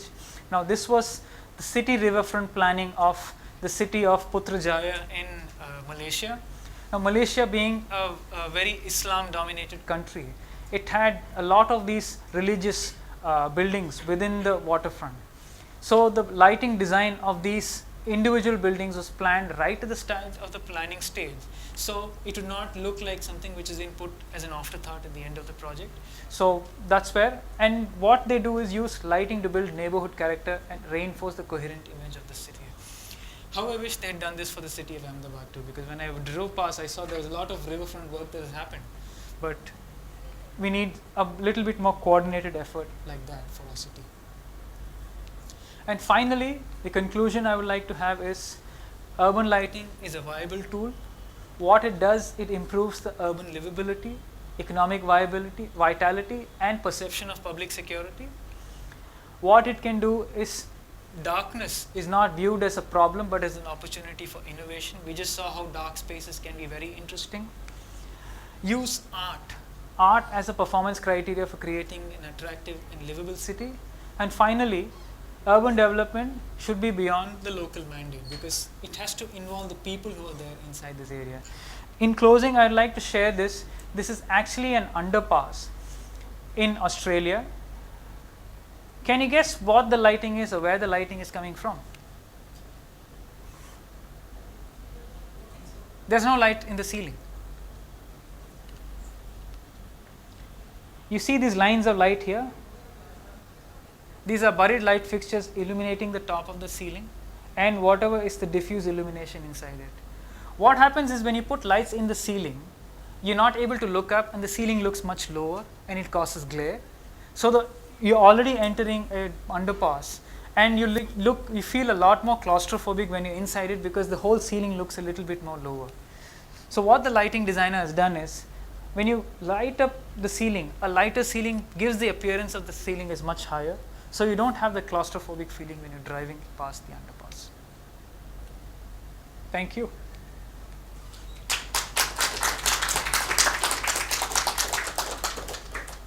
Thank you. The three words which I'll remember is shadow, darkness, and mystery, which is very, very interesting. Just kind of looking at the things, and which you rightly pointed out, one of them which was very, very important is, and that was one of my questions, what are the greatest issues you're facing in lighting today? One of them I could very clearly see as the codes of lighting. Other than that, would you be able to say which are the other areas which you feel are very, very important in terms of lighting design today? I would like to bring our conversation back to the previous lecture. First thing is awareness. People need to be aware that lighting is a part of their life. They cannot take lighting for granted. So if people are aware, people know that they want good lighting, automatically it will lead to a better lit environment. And because a generic attitude in India is sab chalta hai. Glare ho gaya chalta hai. Accident ho gaya chalta hai because of lighting. That sab chalta attitude has to go. Users have to demand, I need good lighting for my needs, for my vitality, for my social interaction, for my emotional quotient, all of these, and that's where good lighting will begin. Can you just throw some light about how these workshops which you do, I mean, just broadly to each one of us, saying how are they conducted? Saying what is the, I mean, I understand where you're coming from, but what is the kind of thing which puts it all together is where I would want to come from. Okay. Now, this workshops started as an idea when I'm a member of the International Association of Lighting Designers. Along with Sandeep ji, both of us were probably one of the first members of ILD. ILD is an American organization. It was based in Chicago. And what happened was that ILD said we need to become a little bit more local, where we create awareness. We don't want to be known as, although we are an international organization, we are based in US, so everybody sees us as American. We don't want to be that. We want to go to every area.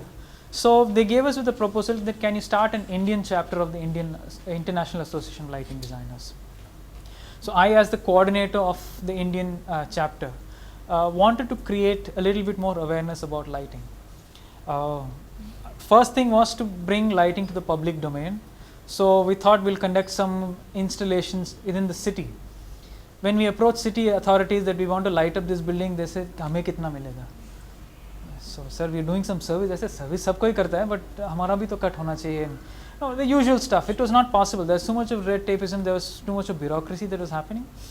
So I thought the best way to target is the younger generation. Let's try and approach a few architecture colleges, so that we'll create awareness within these colleges. We'll educate students. Now, light is a very intangible medium, and architecture education has to go out of books. They need to actually touch and feel light fixtures, see what light can do. Only then they'll be able to understand. So we talked to a few HODs and deans of schools of architecture. We said, sir, we would like to conduct a workshop. It's going to be a workshop over a weekend. Friday evening, we'll come and give a brief introduction about lighting, and we'll tell students, we'll divide your students. We'll need at least 100 students. We'll divide your students into 10 groups. You can choose different sites within your campus, and then we bring in a few light fixture manufacturers with light fixtures as Lumina sponsors, and each site within that college will be given a set of light fixtures. You design a concept over one Saturday. Morning you start the concept, by afternoon you come up with a concept. We as lighting designers have a look at it, review it, and you do the installation. By that night you complete the installation, you show what you've done to your campus. So it happens over a weekend, and it just doesn't happen there. On Sunday they have to come back and clean up the campus, because installations, artistic work leaves a lot of junk in the end. Sure. So it's over a 1.5 days what you're looking at. Yes. Okay. What kind of research does your office do? When I started my practice, I primarily wanted to be a research practice only, but as you know, the scenario for research in India is not very favorable. I will go hungry because there are no ways. So I had to do something to get my practice going. So that's why I made it lighting research and design. So lighting design I do as a mode of paying my bills. Research I've done in different aspects. I've done a research on urban design, urban lighting. 3 years ago I presented a paper at the Young Scientists Convention in Delhi. It was a India International Science Fest. So they had a Young Scientist Convention. So for my research I was given the first prize. So on lighting, and I was the only person presenting on lighting. So which is a very good thing for lighting design as a profession. I also do a lot of research on light and health. Now light and health is a very neglected subject. We as human beings have a circadian rhythm. Our body produces hormones, like especially a hormone called melatonin, which puts us to sleep. Now melatonin regulation is regulated by light. So when you do work late, you are all architects, when we work late hours, the next day don't you feel a bit acidic in the stomach? That's because your melatonin production is stopped. Melatonin production stops when there's too much of light. It only happens at night. So that's why when lights go off, you go off to sleep. And what it does, it soothes and calms down all the other organs. So when melatonin production stops, your bile is still functioning, and that acidic function is because of the bile that gets secreted into your stomach, and that creates a lot of indigestion problems, sleeplessness. There are even reports that night shift nurses were reporting breast cancer because they were working at night, and because of the melatonin production was completely warped, they had a much higher chance of getting breast cancer. So I'm researching in those areas too. How are customized light fittings designed professionally here? Meaning, in terms of, yes, as designers, we do design the light fittings, I mean, look, feel of it. But then, how is it taken on to the next level? Now, see, product design and lighting design is a very specialized domain in itself. Doing a decorative fixture that looks very good is something which a lot of architects do. But in order to put in the right kind of optics into it, right kind of glare control, it requires that amount of precision. And I would say we'll leave that to the experts who are doing that job, rather than, because I've worked on a lot of projects where the architect says, yeah, let's customize the fixture and do something. I said, sir, it's a decorative fixture, I really don't have a problem. Decorative fixture, we can cover the light source. What is important is to control glare, is to cover the light source. The moment the light source is visible, it's going to be an element of glare, and that will become disruptive visual comfort. When you're doing your city level plans and you're looking at that, how do you actually look at the whole lighting design as a very, very serious impact to the energy consumption of the pattern of the city? So how, I mean, one example, of course, which you looked at was a bridge where you said it's hooked up to the solar panels. But when you're talking about cities like India and cities like India, then are there any examples where they are really looking at that kind of a scale of intervention, at least in lighting? If you look at the overall scheme of things of what is being used, lighting probably uses a much smaller amount of energy compared to your other loads that are there. But yes, the fact that initially the light fixtures that were being used were sodium vapor or metal halide lamps, but nowadays with the influx of LEDs coming in, power consumption is greatly reduced by almost 70%, Basuji? 60 to 70%. So the fact that everything, now I talked about Los Angeles. What Los Angeles did is that their 100,000 street lights, they straight away upgraded it to LEDs. That itself brought in a 63% of savings in energy. So now with smart city concepts coming in, what they do is you have sensor based lighting. So when the road is busy, the lights come on to 70 or 80%, but then if the road is unoccupied, the lighting automatically dims down to 10 or 20%. So there's enough lighting for somebody to see, but the moment there's more activity that happens. So yes, more concepts are coming in, and energy consumption is only going to go lower and lower. Exactly, that's what my last question was to you. Can you throw some light on automation in lighting when you're looking at, I mean, that's exactly what you said, but it's happening, I presume, and I think it's just a matter of time, like you said, like you all both said, awareness. Yeah, but the trouble is, when you talk about automation lighting, it has to be used in a meaningful manner. Just we saw the tunnel area where it was a dark tunnel which had a little bit of light. When people start using it, becomes much more interesting. It's not just about making it bright and dark. It's about adding a little bit of character to it. You saw the bridge where the pedestrian walks past it, the blue bridge becomes white only in the area where the person is walking. That's where you bring character to the lighting. It's not about switching on and switching off. That anybody can do that. We as designers, what do we bring to that thing? So that's where we need to add character to the lighting. Thank you. Thank you so much. Yes, please. The electricity charges, who pays the electricity bill when you do an intervention of a scale? Like in Jaipur, the consultant, they had a very nice consultant for tourism. The reason why we did, how we got to do the entire Pink City, it's a huge project. It's 30 crores of capital cost, and about 10 lakhs a month of increased energy cost. We've done all the facades. It's 380 buildings in Pink City which have been illuminated. So they've done an extensive study. Now Jaipur, like Ahmedabad, is a very warm city, and during the summers, the hotels are virtually empty. In the winters, they have many rooms. I mean, Jaipur is one of the most visited cities in India, and the summer revenue of these hotels is very low. So the whole plan is based on night tourism in Jaipur. The shop owners society, they've paid part of the capital cost willfully. They were motivated to pay, and they're paying part, almost 50% of the energy cost. The hotel industry is also contributing. What that means is now this is a public-private participation into the whole activity of lighting. Now already the street night bazaars are already on the weekends. So there is some economic activity, and last month they already did when almost 50% of the project was complete. Now we are nearing 100%. The inauguration, I think, should be next week. We're targeting for 2nd October. So they actually, the tourism industry had reported a 30% increase in room occupation this summer compared to last summer.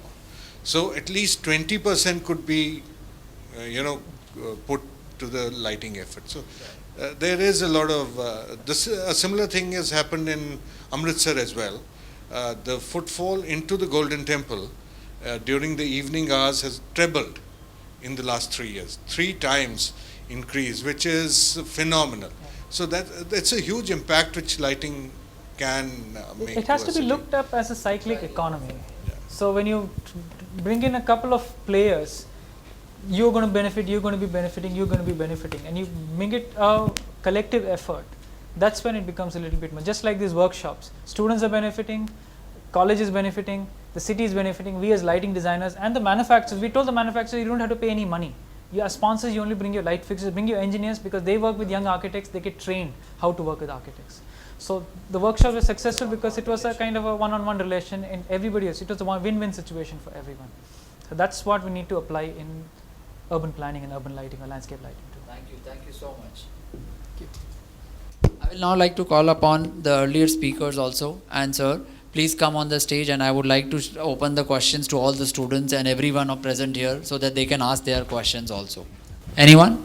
Can you throw some light on when we have plants used indoors, where you have an air conditioned kind of a situation and then you have to have lights for the plant? So are there very specific lights which can help? Can you just talk about it a little bit? It's a very interesting question because I recently completed a research project. Can you hear me? Yeah. I recently completed a research project where one of my students who's doing his master thesis in Germany, he had the same idea. He says the topic was illuminating plants inaccessible to daylight. So what we did was there are some specific grow lights that are available, which are on the which stimulate the red chlorophyll and the green chlorophyll. So they have a combination of blue and red light. But you cannot obviously use them in an interior space because they are specifically used for grow lights. So what we did was we used normal LED lights and we tested for a couple of months whether these lights can actually be used in an air conditioned atmosphere and the plants can grow. Results were phenomenal. Tomatoes got much riper and better. All these plants were growing, and we are planning to present this research results at a conference next year in Rotterdam. So yes, it is possible with normal illumination to grow plants in interior spaces. Is it some specific kelvins that we have to use, or it can No, it's normal. It can be. What we found from our research is that 4000 Kelvin is the most appropriate because plants growth is there. But in areas where it's not possible, you can also use 3000 Kelvin. But try and use white light. 3000 or 4000, one of these is good. Closer to daylight is the key. A lot of work has been done by both Philips and Osram, and even GE has done a lot of work on plant technology. And in fact, in China, I've seen indoor kitchen gardens, which are doing phenomenally well, especially in the colder climates. I'm sure it's happening in Europe as well. So there's a lot of work which has been done on that. Japan has a office called Pasona. They have the largest indoor farm, and they have rice fields within an office area. And the entire office is fed by the tomatoes, vegetables, and rice that is grown within that office. So it is possible. And they've just used a combination of the 3000 Kelvin and 4000 Kelvin lights. The audience is spellbound. Yeah, you have thrown through much light, I think. Illuminated. Yeah, thank you so much, all of you all. Again, we will meet next month. Both the speakers of who are going to be presenting next month are already here. They were a part of this so that they could take up the entire discussion from here and take it to the other level. And I would thank both of them to be here, and all these three people here. Thank you for being here. Thank you so much.